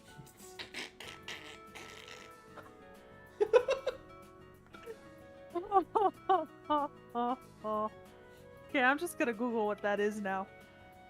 I mean, I've heard it's good for your skin. It is. Oh, is that true? Oh wait, placenta. Yeah, a slight difference there. Moving on. In any matter, help yourself to whatever strikes your fancy, my praetor. After all, I have obviously won this battle from the start. Now, how could I ignore a remark like that? You think you can declare victory? Flavor notwithstanding, I have not obviously beaten you in presentation. Or have I not obviously beaten you in presentation? I cannot deny that her Japanese cooking is beautiful, delicate even, but so delicate that it cannot sate my beastly appetite. Take a look at my dish, meat, oil, fruit, a decadent display that would make even a completely gorged gladiator come running. All roads lead to Rome, you've heard the saying, yes? It means that all cultures and all civilizations lead to Rome as well. The moment you chose Kyoto cooking, the fight was decided in my favor. Kyoto cooking is, in and of itself, culture and civilization. Excuse me? What kind of logic is that? I mean, you're trying so hard to force a square peg into a round hole that even I'm amazed. You of all people talking about culture and civilization don't make me laugh. I don't really understand what Saber is getting at, but civilization, huh? No, stop it, both of you. Don't you want to dig in before it gets cold? しかしだな、そうしゃ。 Now see here, my praetor. This is all because that one will not admit to my victory. ご主人様。 Oh, but sweetheart, surely you must see how Miss Saber is. Do not copy me. 真似とかなんです。 Don't you copy me. Oh, will they just cut it out? 文明？ Civilization? Hmm? お料理は Is cooking いい文明？ a good civilization? 悪い文明？ Or a bad civilization? And with a thump, before anyone here even realized it, a young girl in white has jumped on top of my lap. The young girl, smaller than the Altera we knew, a new life form with both the features of herself as a hero and the faint shade of herself as a titan. A new cyber frame born on Seraph. Surprised, Saber and Castor stop arguing. I'm no less surprised myself. I didn't hear her walk in. アルテラか。 Altera, I have your food set aside, so for now, well, my praetor, I need to spend a little bit of time together, so I'm sorry, but ダメですか？ I can't be here. いいえ、二人きりじゃないで Excuse す me, よ。 you aren't the only ones here. My heavenly self also graced the room with her presence. いますからね。 Don't forget. ダメですか？ Was I bad, Palamo? ああ、その。 See, it's just your timing's a bit off, and well, we're in the middle of the battle of the century, so if you could briefly excuse yourself. あの、 Excuse me, Miss Altera? Why are you so quiet? 美味しそう It で looks す。 yummy. 右のお料 The 理。 food on the right and the food on the left both look so 左のお料 yummy. 理 Is こ this れは this 文明の civilization? どちらがいい文明？ One's a good civilization, one's a bad civilization, but they both look so yummy. I should probably say something here. But before I can open my mouth, アルテラ。 Altera, listen well to me. 悪い文明 There are no bad civilizations anywhere in the world.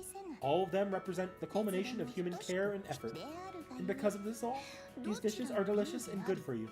Castor and I can personally guarantee it. Right, Castor? You have no complaints, I trust? Well, I don't have... If we don't have a choice, if this is how it's going to be, then yes, both are equally lovely. The very, very best in flavor and nutrition. We both put our all into our menus for our husband. There's not a single evil thing within them, so please eat to your heart's content. So it's okay if I eat too? I did say so, now didn't I?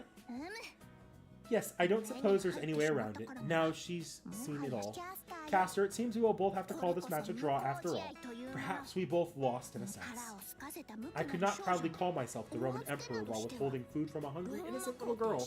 That'd be cruel, even by Fox standards. And what exactly is that supposed to mean? Never mind, don't answer that. And with that, the epic battle draws to a close. That's fine. I've been kept waiting for so long that I'm hungry too. And besides, there's no way I could finish this huge pile of food all by myself. Of course, since it's the four of us here in the same room, I'm not sure we'll all get along perfectly, although I do wish we could. At any rate, I think the best plan is for everyone to enjoy this wonderful banquet. Okay, I'm going to eat now. Yes, let us partake in the feast. And no final word from Talamo. Damn. Oh, who is this now?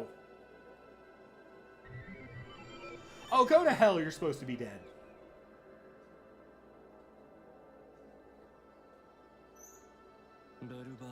Velber II confirmed to be completely destroyed. So the quantum time lock has already occurred.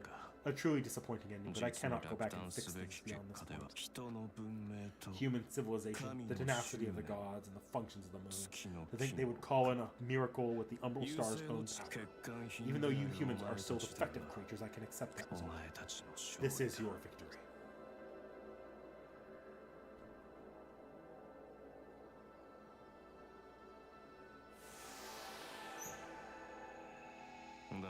But the main body of the Umbral Star will eventually make its way here.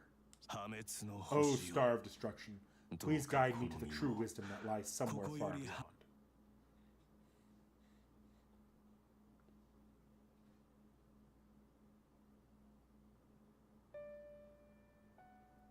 Aw, that's nice. Just everybody. Okay, that's the game. I'm going to exit this and take us to a chatting screen. Okay. Okay. First, I'll catch up on chat here.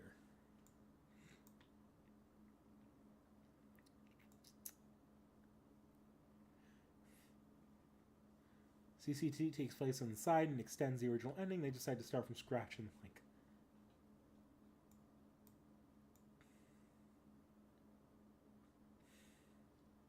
Berserker Liz will return in Avengers Doomsday. No. No. No.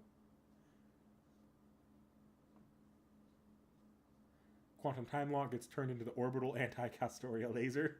I do love it. That's just Hakuno's entire ability is just the anti-Castoria laser.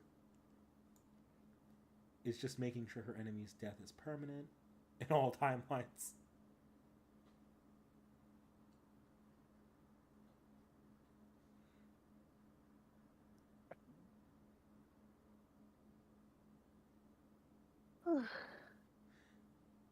Zero Herrera.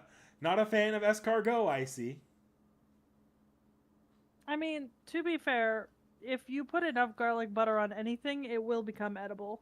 And that's really all escargot is most of the time, is just squishy pockets of garlic butter. Ah, so you did know that dish. Yeah, so like, you know the wild thing about this, right, is I know this as blini, right? And it's basically exactly the same thing, right?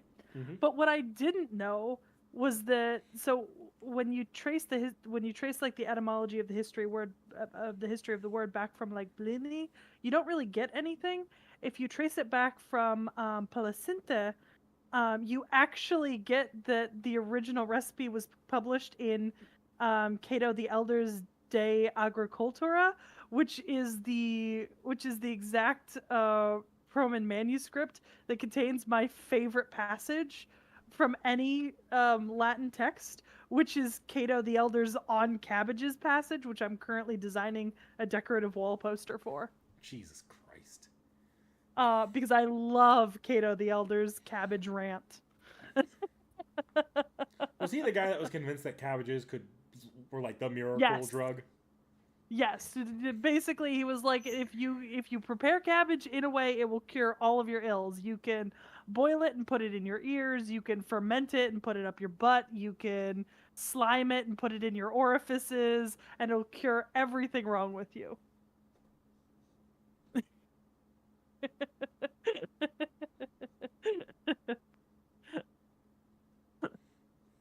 So wild that there's kind of like a common origin for those two recipes.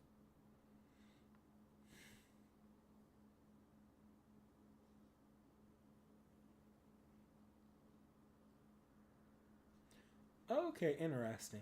I know the DLC for Link is a lot more substantial than it is for Umbral, because in Umbral Star the DLC is just costumes. I know Link actually has character DLC, so I'll look into that. I wouldn't mind if it's like full characters. I'm willing to look at it and look at the price of it. Yeah. So Extella Umbral Star. That was, I think, the only route I think that was really weak was the first Nero route. I think all the other routes were strong. I do think, I hate to kick Nero too much here, but I do think the golden route with Nero was, it was good. It had like really, really, really hype moments and really good parts. I just think that maybe Nero herself did not necessarily feel like a particularly complex character compared to literally everybody else. Like the moments that shine for me in the golden route specifically are Nero and Tomomo like coming together to, I believe the fight was against, it was Altera. The fight with Nero and Tomomo versus Altera, that was really hype. And Altera's Altera's like sort of finale and final scenes with Hakuno's body. That was those were like really good scenes, but like Nero herself, I don't feel like she had much of an arc. She starts the route basically being like brain instant message the entire events of the previous route by Hakuno, and then decides on a goal, and that's just the goal Nero has throughout the entire thing. Nero as a character feels extremely static across all of Extella. I don't mind her, but she just feels like a mouthpiece that, like, in the climactic moments will just be like espousing the themes of the game, which just that doesn't feel like very good writing for her. Especially not when I've seen what they've done with her with a Draco later. I know she has character complexity, but like it feels like they did a really poor job doing much with her here.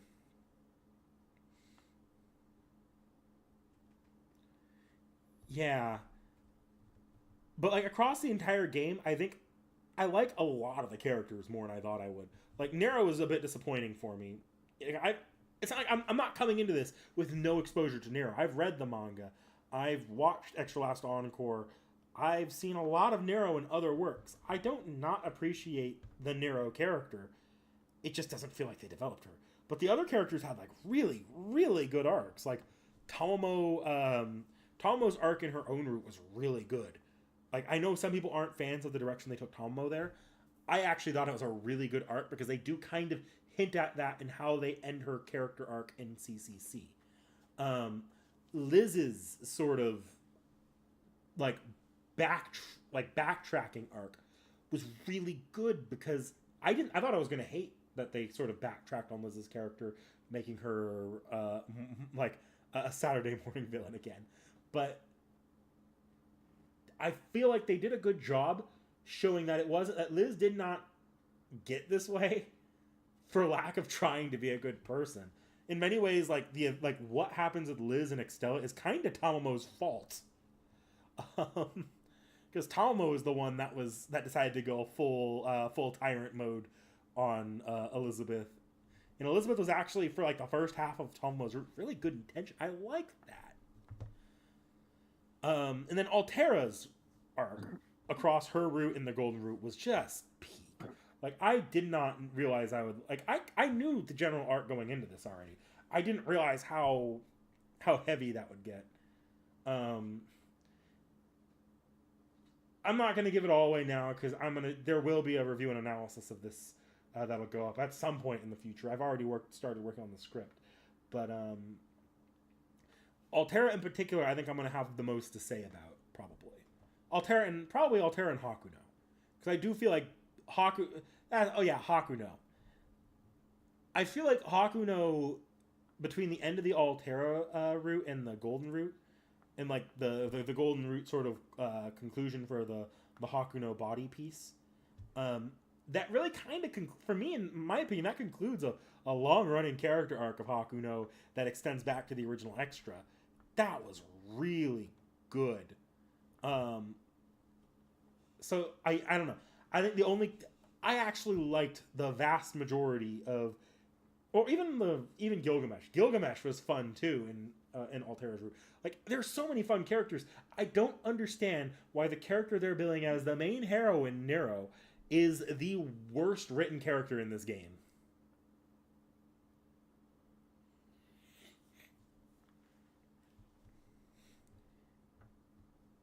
So yeah, no, I don't really I don't really know what they were thinking with Nero in this game. I just don't. As far as the game itself goes, the gameplay, I think it gets better. The earliest parts of a route, at least for the main three routes, the first three routes, are always the worst. Because your character feels ridiculously underpowered, and you're in a combat system that really doesn't provide any leeway for not being productive on the field. So as your character gets stronger and as you get, like, your bond gets better with your insta skills, and you're able to basically like kill the plants quicker and kill the aggressors quicker, and you get like larger combos and damage out of your Extella maneuvers, it's actually good. Like, I enjoy the gameplay at that point because you can move between the areas and there's a little bit more freedom for how you want to approach it. There was one fight where Gilgamesh, I ended the battle before Gilgamesh ever got to come back. So it's like it's not restricting once you actually have the characters leveled, but early on, like, it is just too moment to moment. You have to go, like, be really, really efficient, and it just was not fun early in the route, especially early in the narrow route when you're getting your bearings in the mechanics. It does not ease you at all into the mechanics. And then I think if I had another criticism of the gameplay, I think the bosses were kind of poorly handled. It really is kind of awful that you fight the same boss 3 times with 3 different characters. Like, why did we... That White Titan fight was the same across all the raid. Never got harder. No patterns were added to that fight. It was just the same White Titan fight all 3 times. And have a good one, TR Origins. And that's just not particularly... I don't want to say it's not fun. I always liked fighting it, but, like, it feels kind of lazy. Just a little bit lazy. Like, you could have at least either given it a different phase, given it a different method to get to the core, something to make those bosses, like, to change up that boss fight or make it different. And I think the final boss was... It's like if that were the build-up to a fight, that would be one thing. Like, if you got to the core and you fought the core in the arc, that could have been fun. But the core in the arc dies in only a few hits when you get to it. And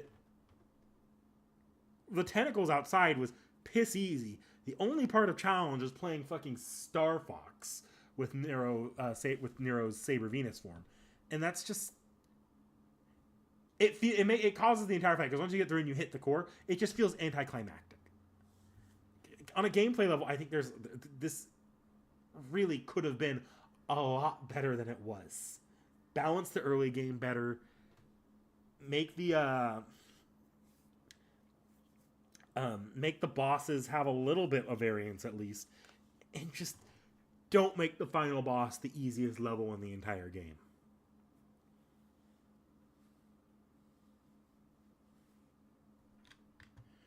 All right, what's chat saying here before I really sign off for today?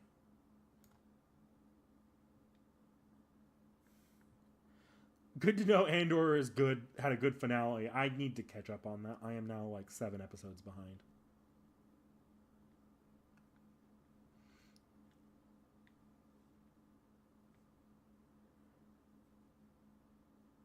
Altera was butchered in FGO. I think I caught on to that really quickly, that the game... FGO really did kind of drop the ball in not exploring any... Because FGO, like the Altera White Titan Sephiroth stuff, she's a great character in Extella. And they hint at all of the, like, the Attila the Hun stuff.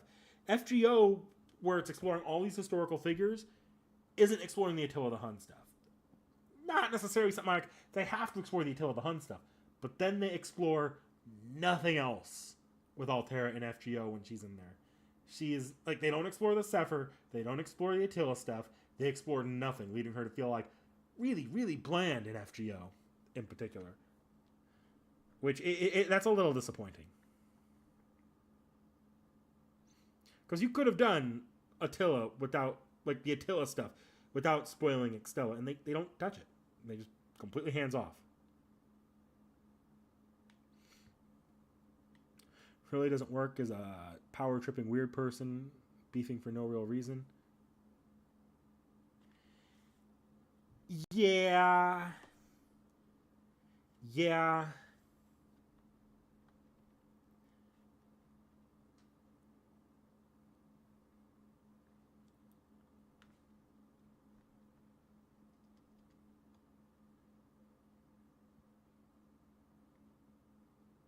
Just a walking Extella advertisement. Yeah, she really is in FGO. Link makes the gameplay smoother, but some gripes will not be corrected. I'm gonna be curious to see what gripes do or don't get corrected in Link. Like, I've heard Link is a smoother gameplay flow. And I'm not expecting Link to fix the story. I know going into Link, Link is not the Extella sequel. Link is basically, as far as this game is, the game story itself is concerned, an extended side story from Extella. Like, it is that in terms of complexity, to my understanding. I've heard. I know there's some fun stuff to be had with Charlemagne that I'm not going into Link expecting too much.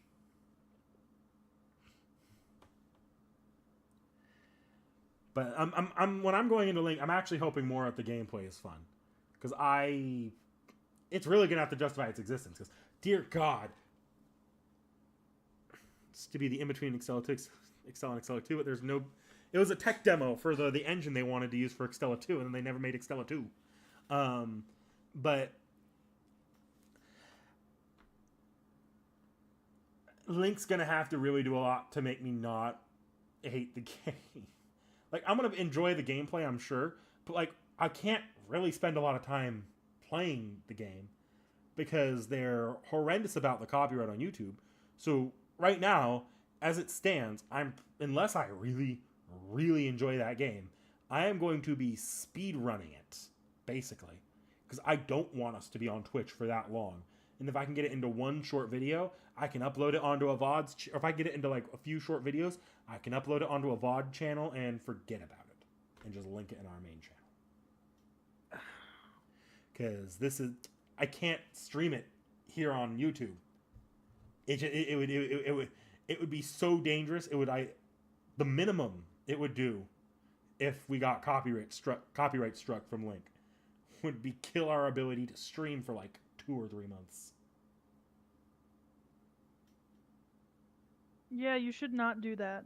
No, and that's why right now my plan is to basically stream it on Twitch, and then I'm going to create basically a VOD account for the channel through like a burner email, upload it there, like upload the VODs there, and then just add a playlist on the channel itself that's public, and I'll like probably put community posts when a new VOD goes up on the channel. Valid. On the topic of streaming, do you know who messaged me earlier today? Who messaged you? Winterwolf was like, "You want to stream Repo again?" When does Winterwolf want to do that? I don't think she cares when. I told her it wouldn't be till I got off my current job. But I guess I need a plan for a day sometime soon. I'll join for at least a couple rounds before I get sick to my stomach and have to pop off. Look, it might not even have been Repo's fault. Remember, I got really sick not long after that Repo stream anyways. I could have just been like having early onset. That is true. That is true. Hopefully, fingers crossed this time, you were just sick. And this time you could stick it out for the full 8 hours.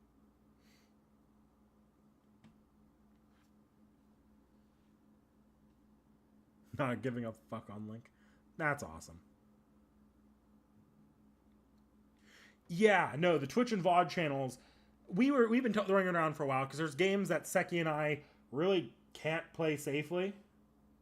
Namely, stuff like a lot of anime tie-ins, like One Piece game, I'm sure uses One Piece soundtrack and such. And if it's using the One Piece anime soundtrack, well, or like Fairy Tail, I know for a fact uses Fairy Tail anime soundtrack. And that's the kind of stuff that can get us dinged easily. So that's the kind of thing where we could stream it on Twitch, post a VOD onto a VOD channel, link it on the main channel. And it would be much safer.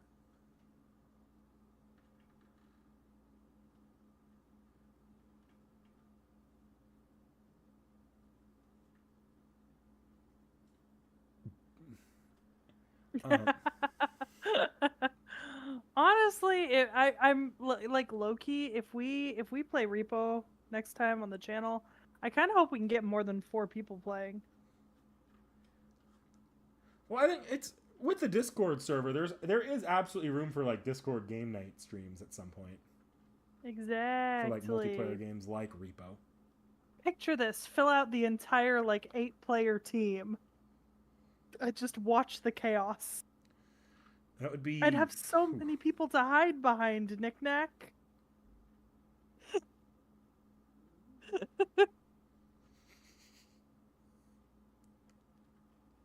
Yeah, I wouldn't mind doing a Extella Link multiplayer stream at some point.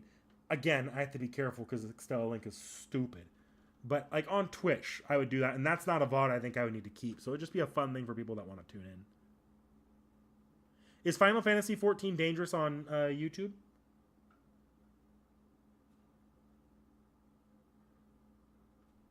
Oh my god, I can't imagine the hellscape that would be 8 players on repo and proximity chat. Yeah. Actually, you know what? That would be exactly what everyone was asking for last time, because I know Winterwolf was like, are we gonna do proximity chat?" And I was like, no, I don't want to. Because then what if I want to stay behind in safety and then the entire world goes silent?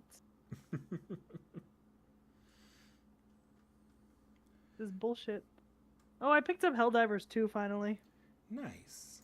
I just gave in. Man, that's a neat trick. I didn't know I could do that. That makes things so much easier in the future. Okay, I actually, since Extella's done, even though I'm still going to be doing some of the side stories, especially the story important ones, and then ones the chat recommends before I ever start Link, I'm going to start downloading Link at least. All right, but what's going on here with the DLC of Link? Is there any DLC worth picking up ahead of time? Because I do not need Carl to grope in a superhero costume.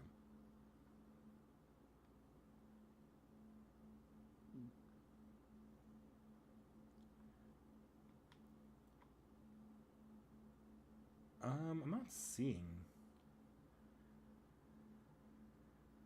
I'm seeing the Lils. The Lils are hilarious, but where are the character editions? Are there character editions?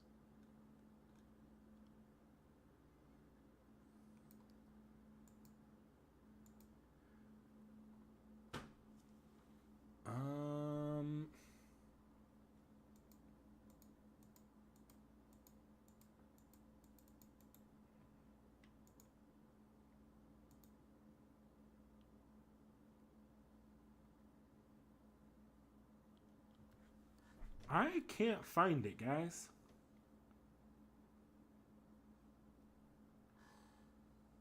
Summer Tomo is not vital tacos. No, there it is. I found it.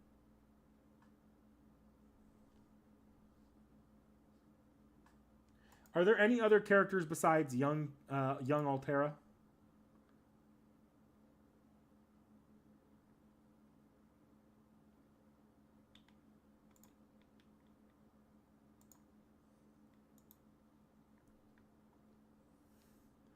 It is cool to see the FGO summer outfits, but it's not essential. For like costumes, I really do need to be like into the game before I'd ever consider it. Okay, if it's just Altera, yeah, I'll grab Altera. Content-wise, it makes sense to grab Altera, but no, I'm not getting any of the costumes. Not this time. Okay, where's my cart? Oop, that's the library. Oh, Extella Link is downloaded now. Quickly check this out. I'm just gonna grab Altera while I'm here thinking about it. Okay. Altera. I'll have the Altera, the small Terra, when I eventually play the game in the future. But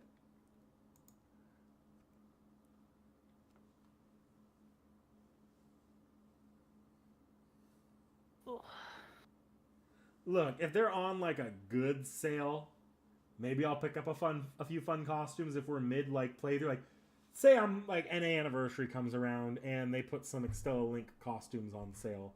Oh, sorry, I think I bumped the mic. If they put some Extella Link costumes on sale, I'll window shop. I'll window shop and see where that gets me.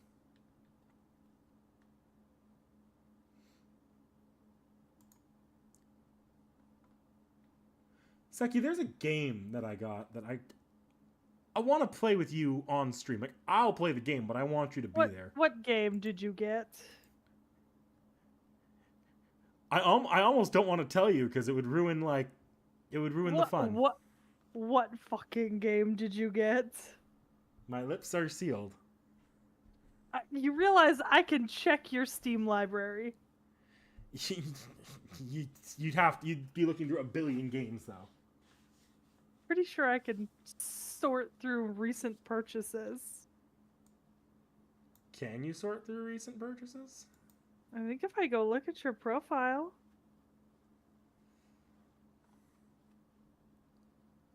Is it Dream Barbecue? Yeah. Yeah, I can see your recent purchases.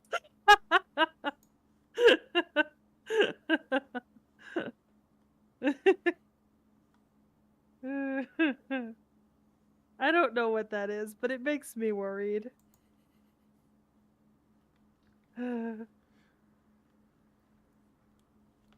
Look, it would be a fun stream. You say that. Alcohol would not be necessary, but it would be encouraged. Look, if you ever want to allow me to just be drinking while a game is being played, you know I will do that. I will bring a case of beer or soju and just chill, you know?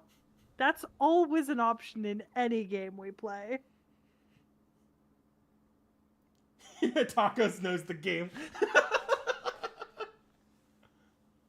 Oh my fucking god. That makes me nervous. This makes me very concerned. Look, I fell down a rabbit hole, okay? Maybe I won't be down that rabbit hole in a few weeks when I finally have time to drag Seki onto a stream. But I fell down a rabbit hole. You know, I'd say something about that, but considering I'm 70 videos deep into Hermitcraft, I can't really say anything about that, you know?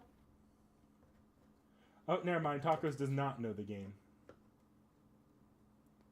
Oh, that somehow doesn't make me feel less concerned, you know?